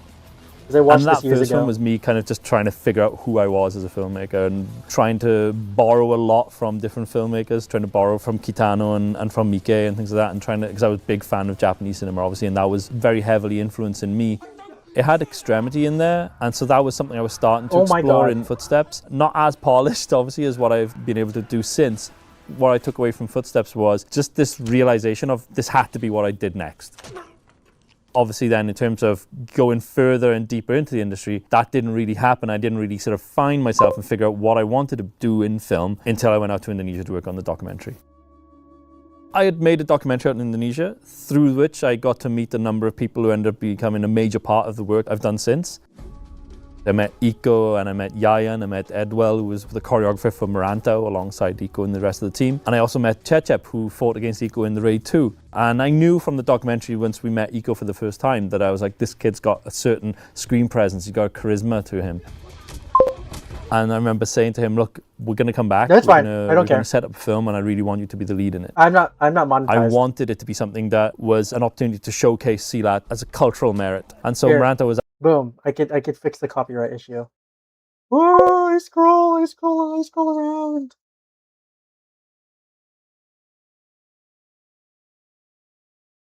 our opportunity There you to go. present that to a new audience. And, you know, we rode on the coattails of Ong Bak, of what Tony Jaa was doing out in Thailand. It opened up the world to, okay, action cinema and martial arts cinema doesn't necessarily have to be just from Hong Kong.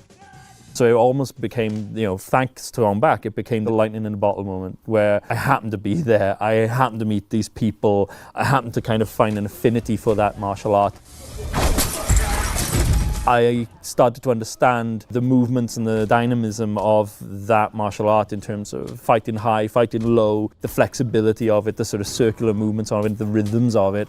I knew where I could put the camera. I knew where I needed to move the camera in order to sort of showcase. That's just so inspirational that literally a dude who grew up in Wales, who has zero experience shooting any sort of martial arts.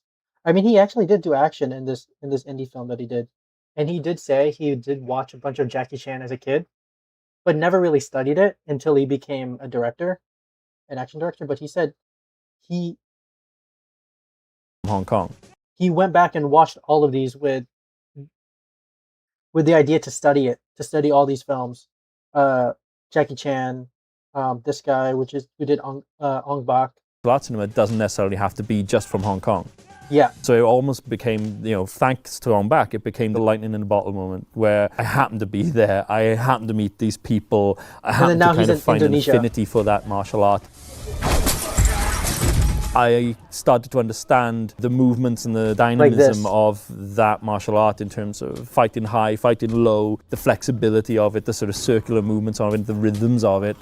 I knew where I could put the camera. I knew where I needed to move the camera in order to sort of showcase that martial arts.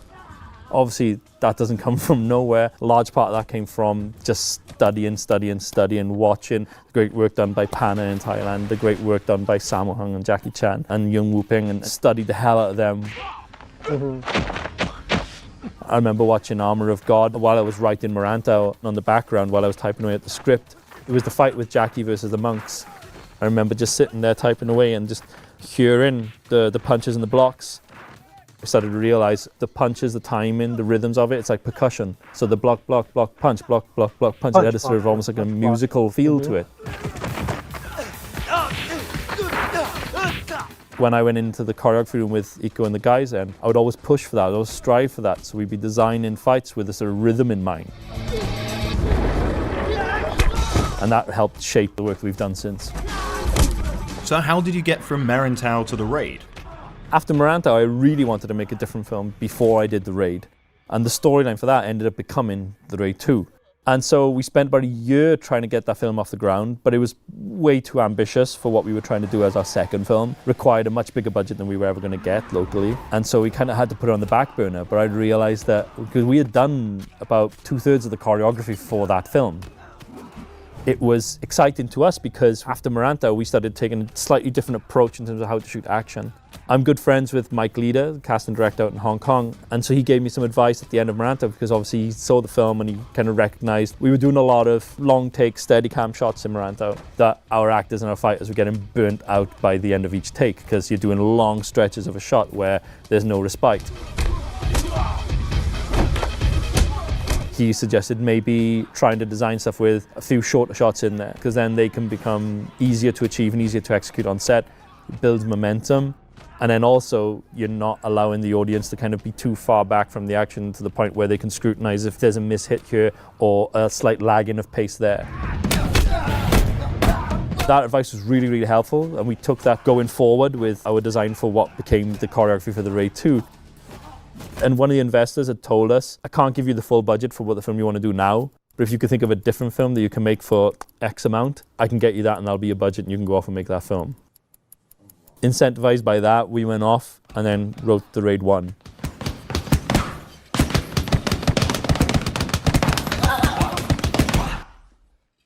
Having that new experience of a new way to look at design in action, knowing that the film wouldn't be about the cultural elements like we did on Maranta, it meant that we were able to have a little bit more bite and a little bit more grit to the choreography because of the psychology of the story. We jumped right in and then had to do entire another films with the choreography then, while shelving these old ideas that had helped get us to that place. You've always utilised previs or pre-visualisation heavily for your action sequences, which we have seen today for Havoc. Can you talk about that process and why it's such a great tool for you? Previs is an interesting process. It's something that I've always had as a safety net. It goes back to when we were doing Maranta. I didn't want to be there on set and then not know how to shoot the scene, not with the whole crew around sitting there waiting for you to make a decision. Previs for me is always a tool through which I could be able to be comfortable with the action we were designing. This is when I first learned about previs and layout. It's watching this Previs for me is always a tool through which I could be able to be comfortable with the action we were designing and the way we were going to present it.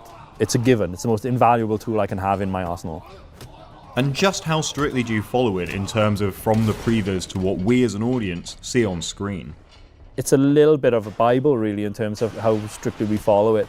I'd say that for every sequence, it's about 90 to 95% exactly the same. So once we've shot that previs, we've got that block of shots sitting on an edit. We can go through shot by shot by shot, and then when we're on location, start replacing those shots with the production version. Yeah. So while I'm cutting the scene as we're shooting it, and then we'll drop it in there, and then we can see the cuts and go from previs into the production shot back into previs. And we know if those cuts are working, we know if the rhythms and the flow of the cut is working for us. And if it's not, then we know, okay, there might be something wrong with the shot, or we might... Yeah, so wait. shoot a ton of coverage, because we never shoot coverage, we shoot jigsaw pieces in there. Yeah. As opposed to shoot a ton of coverage, because we never shoot coverage, we shoot jigsaw pieces. You know when something's wrong right there and then while you're on location. So you have that time and that safety net to fix it. When it comes to the action in the films I've done, I've always tried to design the sequences in a way where it's not purely about spectacle alone. Obviously spectacle is going to play a part in it because you want the audiences to be wowed by what they're seeing, so there's always got to be a technical... So I'll just stop it there, but basically that's why I go through everything twice. I have a whole layout. But now I'm in the means because he does it in film. I have to do an animation. I have some flow hiccups that take a little too long. But basically that's where I do a bunch of, this is my previs, right? I have everything in camera cuts and I follow it nearly once I feel confident about this, I lock it in and I will try my best not to change it at all. And it makes things flow a little bit easier for me. Kind of like your cube thing, actually. It's kind of like your cube swinging, but I'm just not parenting the parenting my characters to these guys yet because I haven't experimented with that. I haven't experimented doing that yet.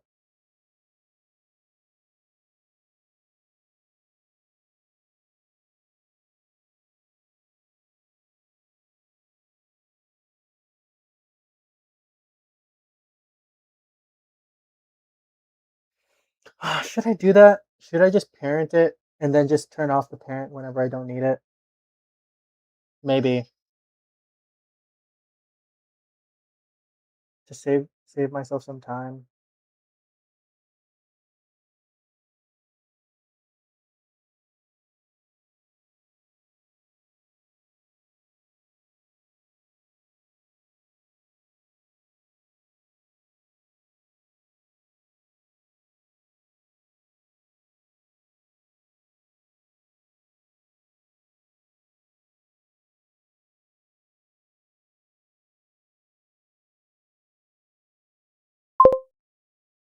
But then no, I can't because when I get into polishing,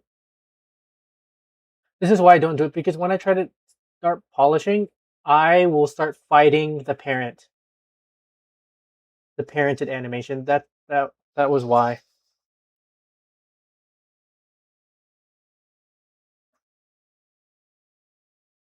Oh yeah, for sure, for sure. No, that's why I love just that's why I'm doing this whole streaming thing, right? Um, and streaming all my progress, and also I love just asking about people's workflow to see like their history, their journey. Because for me, this is where you learn the most. Is you watch how people do. This is like when I showed you when this guy dropped this documentary. I learned Technical crap. this is not even this is film, right? I learned so much about my animation workflow from watching a breakdown or a director describing how they do their work. So that's what this is. Okay, I'm gonna get back to working. But thanks. Don't be sorry about distracting me. Any distraction is welcome. I thanks. I just depends.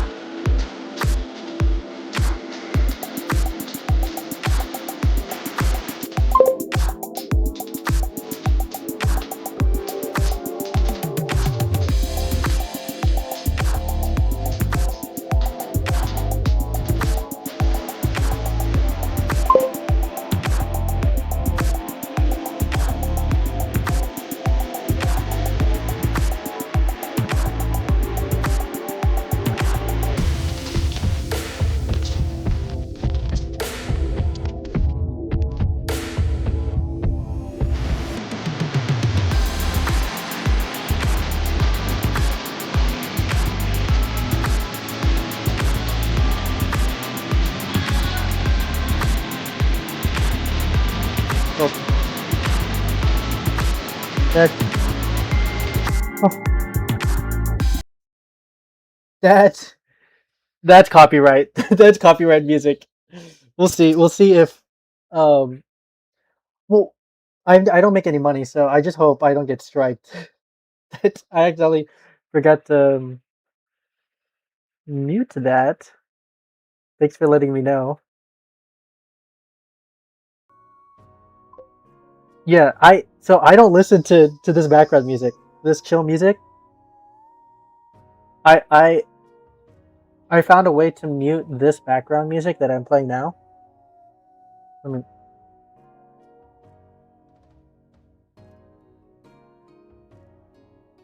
whatever this chill music. So I mute that, and then I just listen to my own thing to avoid copyright. This chill video game music part 3. Like if people are ever interested, they can look up that YouTube title. Because I don't know how to set up like a stream, uh, like song playing production thingy.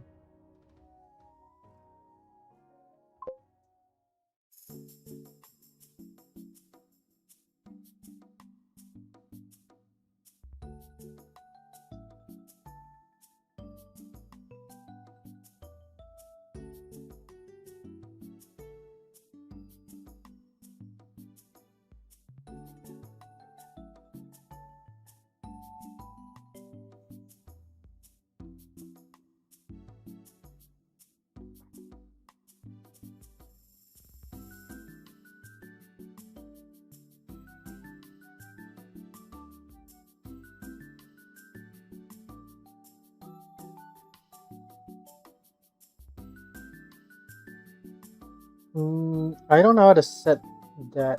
But you also, so he plays, no, he plays Spotify on his Twitch stream because when it becomes a VOD, he set up the Twitch stream where when it records as a VOD, uh, or let me restart.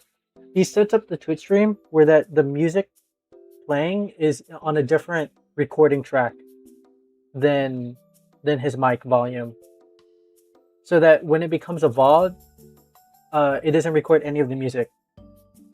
For me, I want to do a YouTube VOD, so I can't do that. I can't play any normal music because of the YouTube recording. I can't play what I'm listening to. Unless I use copyright music. So this music that you're hearing right now is copyright free. I have not been tagged by any of this. I'll probably get tagged by the loud music earlier because I accidentally forgot to mute it.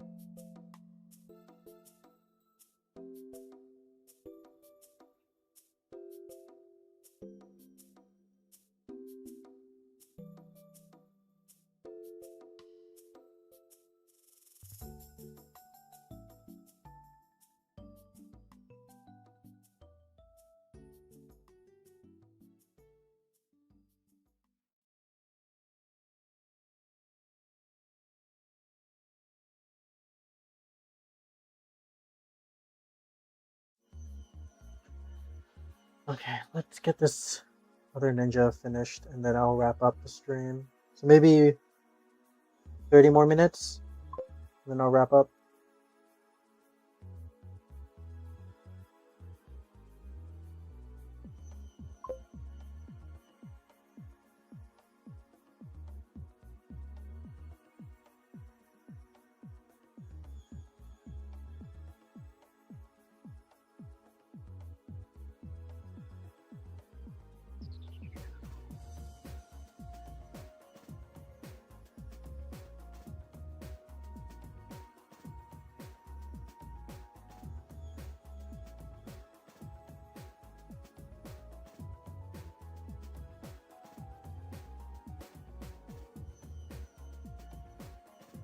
Yes, please. Just so one thing, I gotta remind you. One thing I learned about streaming is just that it's not even for. It's more for you. So, my question to you is: do you remember the last thing you ate? So it is August 2nd, right? And do you remember what you ate July 2nd? Or 4 weeks ago on Sunday? It's it was a rhetorical question. You probably don't.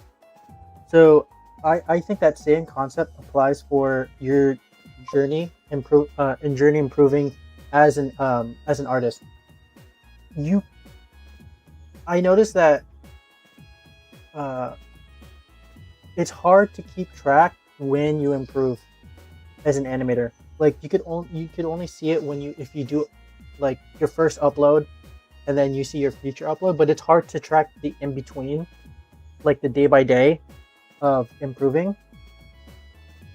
So I thought that maybe if I just record everything and stream everything, I could look back and see this catalog. So obviously you could kind of see how much improvement from like watching Chris impact his first video to a second, but also this is a nice trophy to look at where you click on live and you could see how many days you've worked. Because motivation is so hard to find. When you could see how many days. These are all streams that you've done. Like,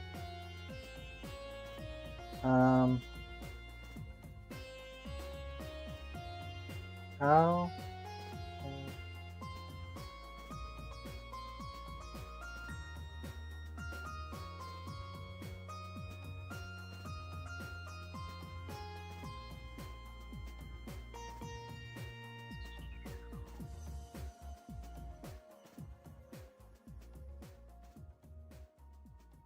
Oh, this only works for. Oh, I'm not even showing my screen.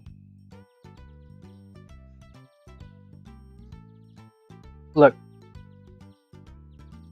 you don't even have to be consistent because you could still see the days that you're every day that you've worked on it. Like,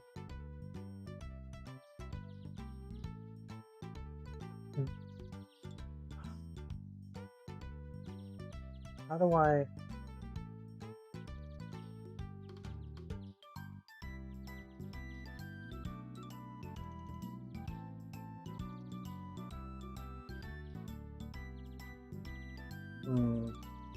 How do I? Even if it's just 10 minutes a day, I feel like is fine. Like when you sit down and animate, you don't have to look for animating for 2 hours, 3 hours, or 8 hours. I think literally just 10 minutes a day to start is fine. I think you could find consistency of doing something almost every day, but even if it's just like I said, 10 minutes or 30 minutes. Because that's still 30 minutes every day. 30 minutes, let's do the math. Okay. 30 times 7 is 2100 hours. Or 210 hours. Or minutes. That's minutes. Versus animating 8 hours in 1 week.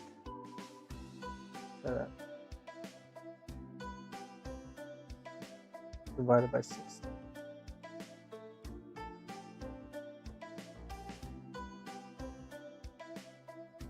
3.5. My math is wrong.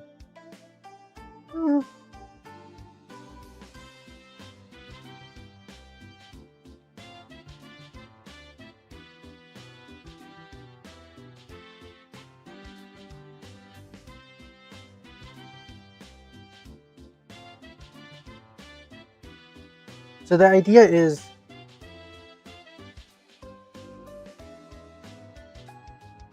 okay. The idea is you animate 30 minutes a day, every day. So that's 30 minutes a day times, let's do for a week first. 30 minutes a day times 7. That's 210 minutes, which is equal to 3.5 hours. 3.5 hours a week versus someone who did like 8 hours in a day. He locked in and did 8 hours one day. One day, and then so that means for the week is 8 hours. So this guy still beats you. All right. Okay, let's do week 2. So this is week 1. This is person B.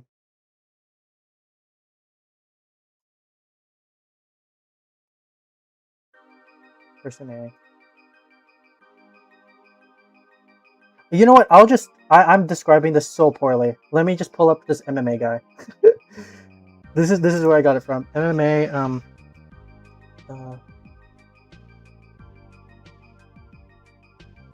RC? No.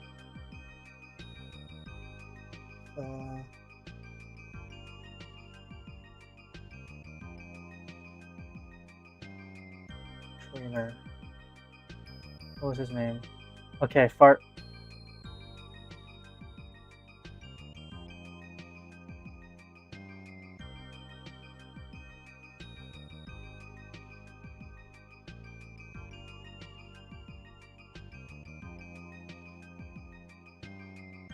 Okay, not that.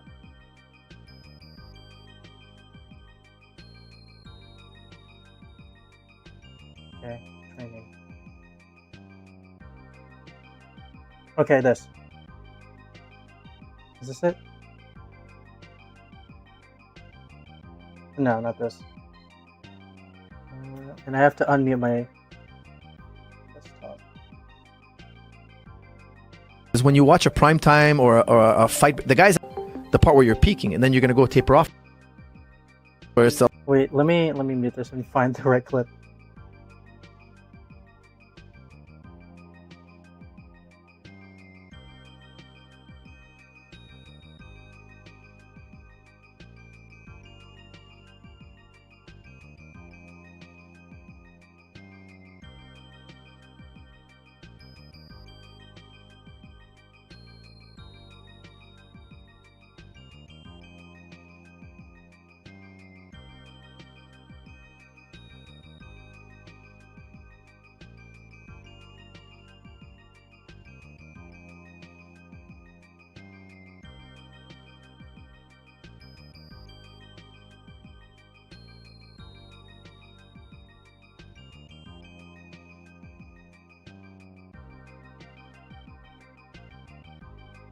Wait.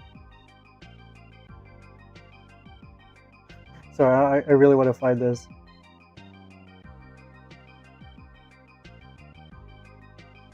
Okay, here, I found it. Two things. Here. First one. You could also apply this into animating. Here. the volume is far more important than the intensity. The intensity, by nature, is need to be done periodically. If you do it every day, it's not intensity. So how the Russians, how do they structure their training? They're more playful. You know, they kind of warm up, they kind of flow roll, they do a lot of technique, high emphasis on technique. Now, a lot of people hearing this are gonna be like, well, the Russians also are funded by their government. You know, their government supports them a lot more than maybe an American wrestler. Mm-hmm. Okay, I agree with that. There are many factors. However, we cannot deny that they're technically, I hate to say, shit. When we roll, your intensity that you put on the mat is going to be irrelevant. Why? Because I've also tasted that intensity periodically. It's not that much of a factor now. When you go super aggressive on me, when you attack me aggressively. Oh my god, bro. I can't find the right clip. I'm sorry. However, you have these Russian guys that win gold medals. You've never heard of them, and they're like Michael Jordans of the sport. The volume is far more important than the intensity. Angelo Dundee was probably arguably the greatest boxing trainer in history. He says, look, fighting is for fight night. In practice, it's only practice. George St. Pierre has that attitude, and I think that's why he's so good and so healthy today. You know, because he never hurts his sparring partners. People line up to want to spar with him. It's a joy to spar with him. Yeah, I love... I'm a big believer in never being sore. You should train, and the next day you should wake up feeling good. There's something called rate of perceived exertion. Okay? Wait, question. How often do you burn out? Because this applies to burnout as well. Because I spent a year thinking of how to avoid burnout, and so this is sort of the let's say I make you do pull-ups, and let's say the maximum amount of pull-ups you can do, the maximum amount of pull-ups is 10. Let's keep a nice round number. At 11, you couldn't do 11. If I pointed a gun at you, you couldn't do 11. Should I make you do 10 pull-ups on our workout? No. I'm going to make you do 5. Why? Because I'm setting you up to work the next day. The next day we're going to do 5. And the next day we're going to do another 5. And then we're going to do 6. When 6 is really easy, we're going to do 7. Why? If you count, if you did 10 pull-ups on Monday, you're going to be sore till Thursday. Let's say it's really your max.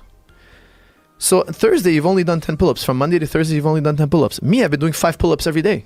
So I'm at 20 pull-ups already, 25 pull-ups. I have more volume than you. Now, if you add up at the end of the year who trained more, I've trained way more than you. I'm a big believer in never. So this is like if you were to animate 10 minutes, 30 minutes, an hour. If you do it frequently, volume, 5 times a week, every day. If you do that versus someone who animates and then eventually they might take a break or they burn out, you will eventually catch up to people because you're just consistently practicing, you're consistently animating. So it's my current theory.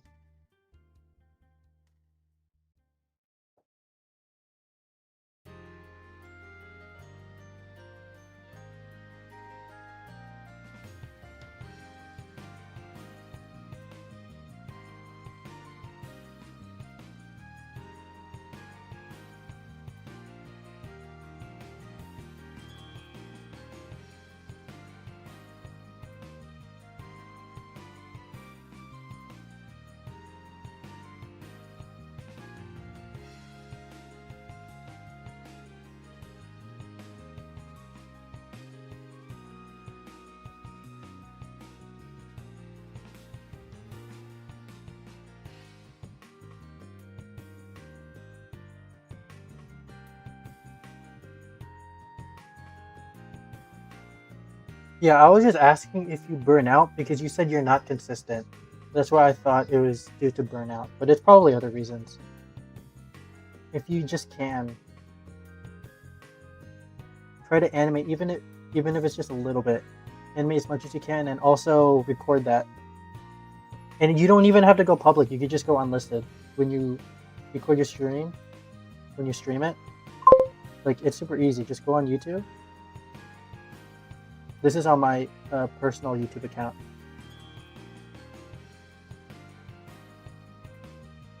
That's good. That's good. If you're already doing that, that's great. So now you could just like this, go to YouTube Studio. I hope I don't. Over here, create, go live. Oh! Oh, I'm not good. I'm not sharing my screen.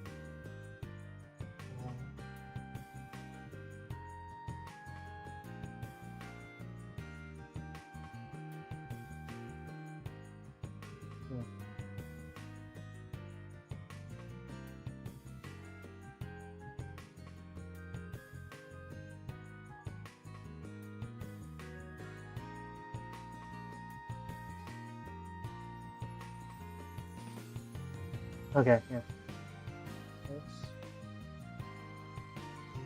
Let's I'm gonna hide my webcam real quick because it might pop up. Here, this is on my personal account. You could just go on YouTube. Oh, do you wanna stream on YouTube or Twitch?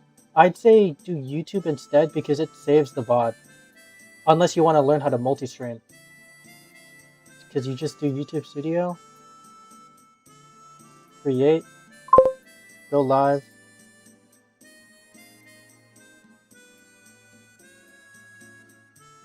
stream, and then boom, you're practically ready. You could probably watch a tutorial on how to do it.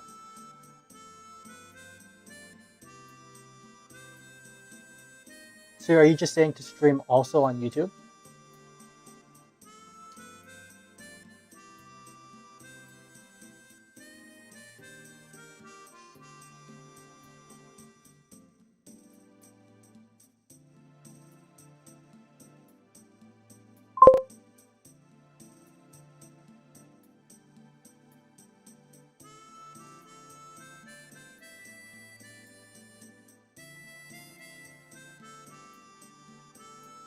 Hmm.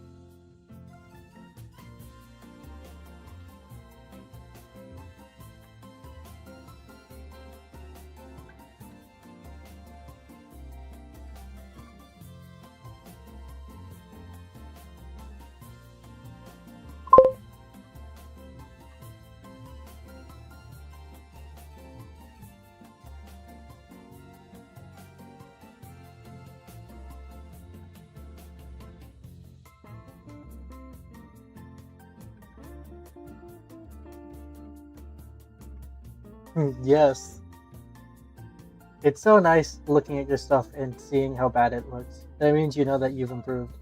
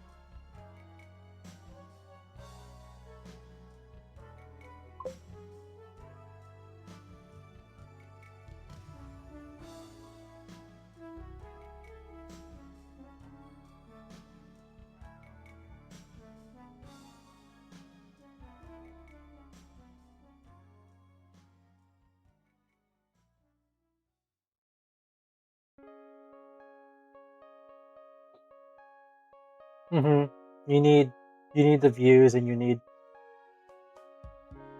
just need to make that one banger video. But to get there is really hard in the first place.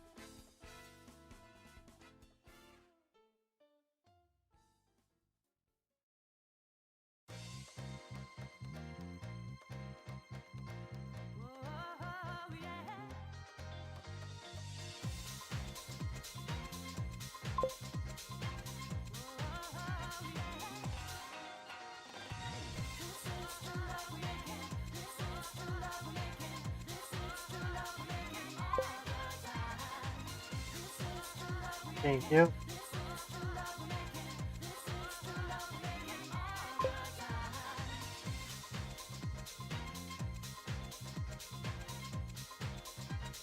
Thank you, thank you.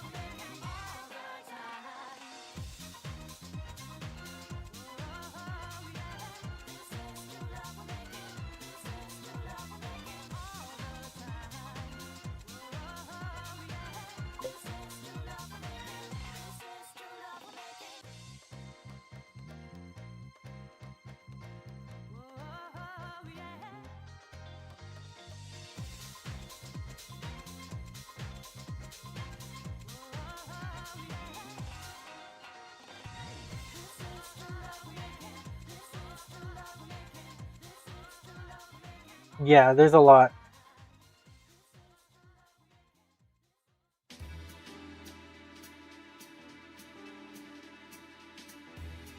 I still haven't. I only use like 10% of the stuff though.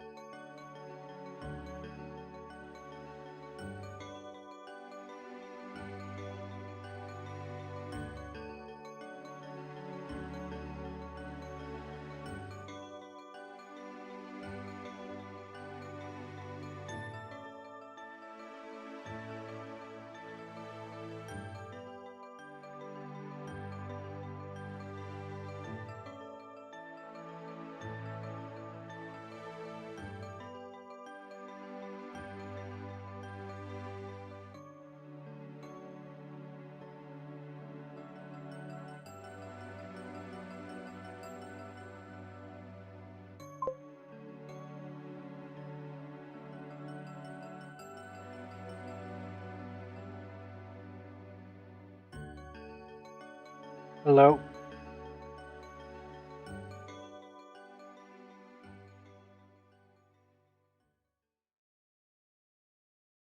Welcome.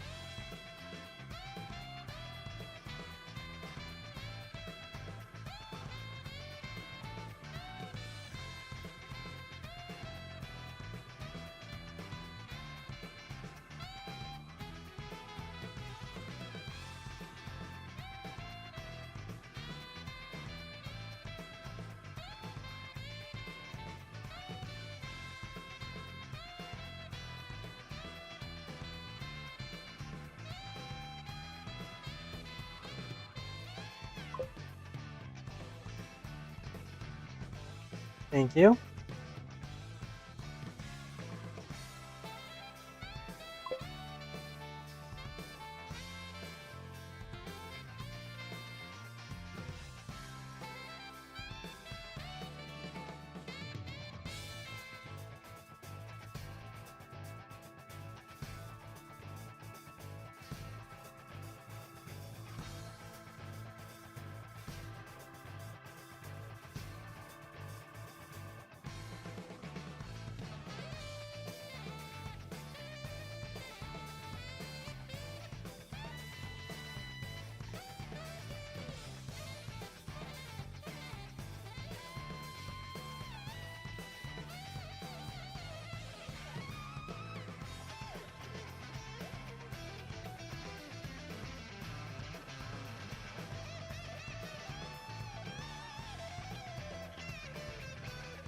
Awesome. I can't draw at all, so I do 3D.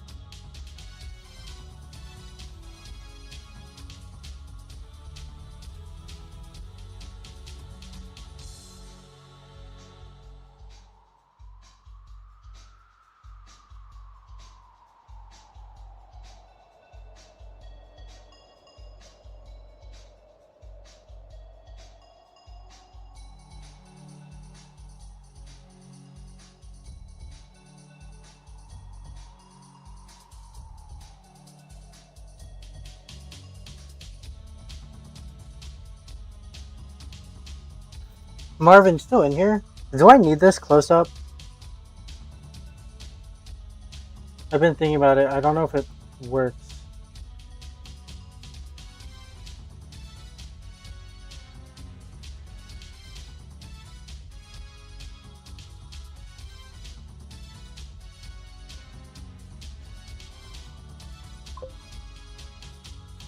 I don't know if this close-up works. Wait, I need to make a version of...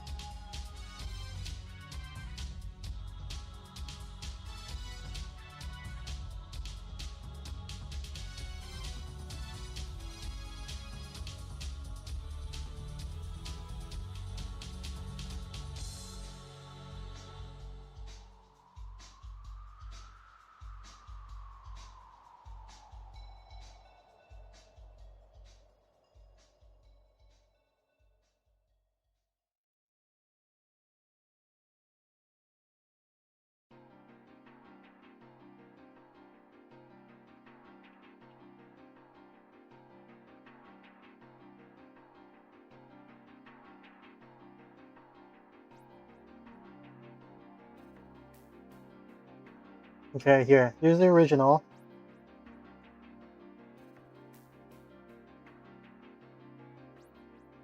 And then here's the one I'm trying to do.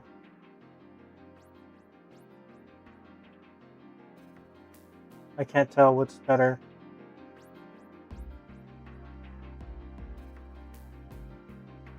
Or...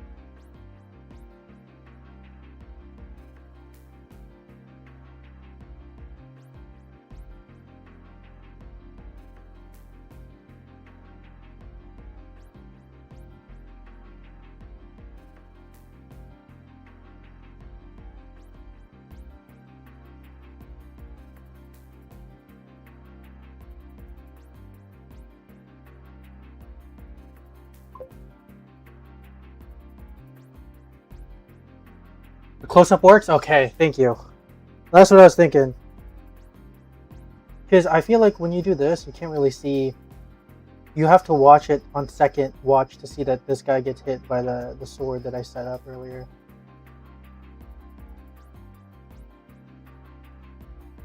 Maybe...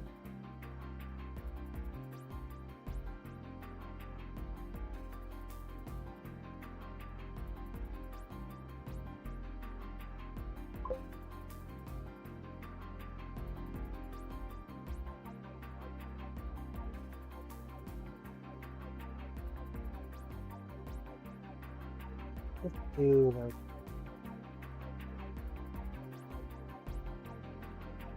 Let's try this.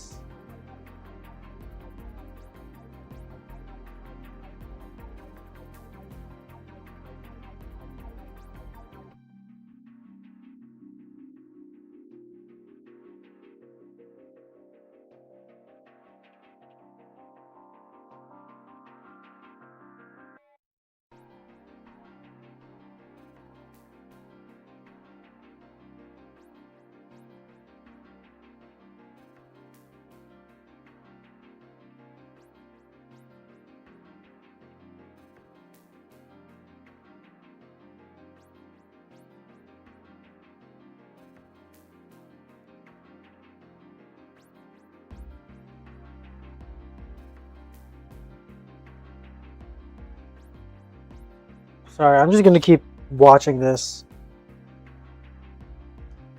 I don't know if I should shorten it.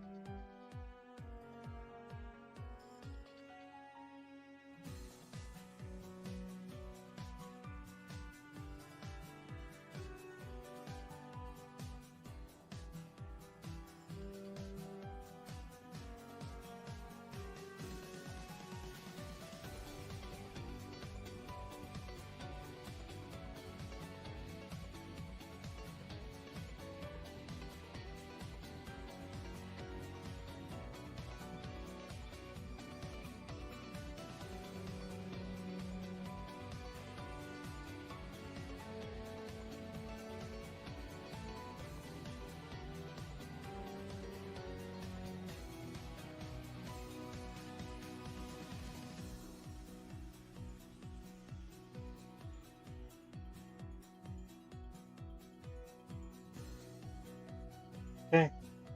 Thank you.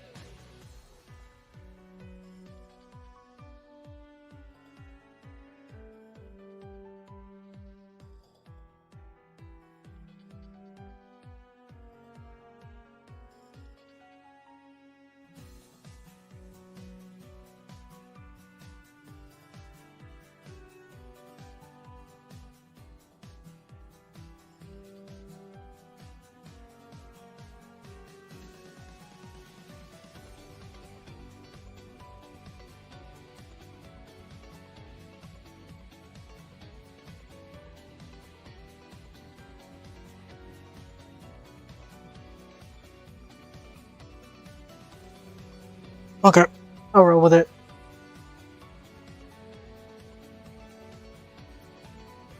Alright, I'm gonna end stream now.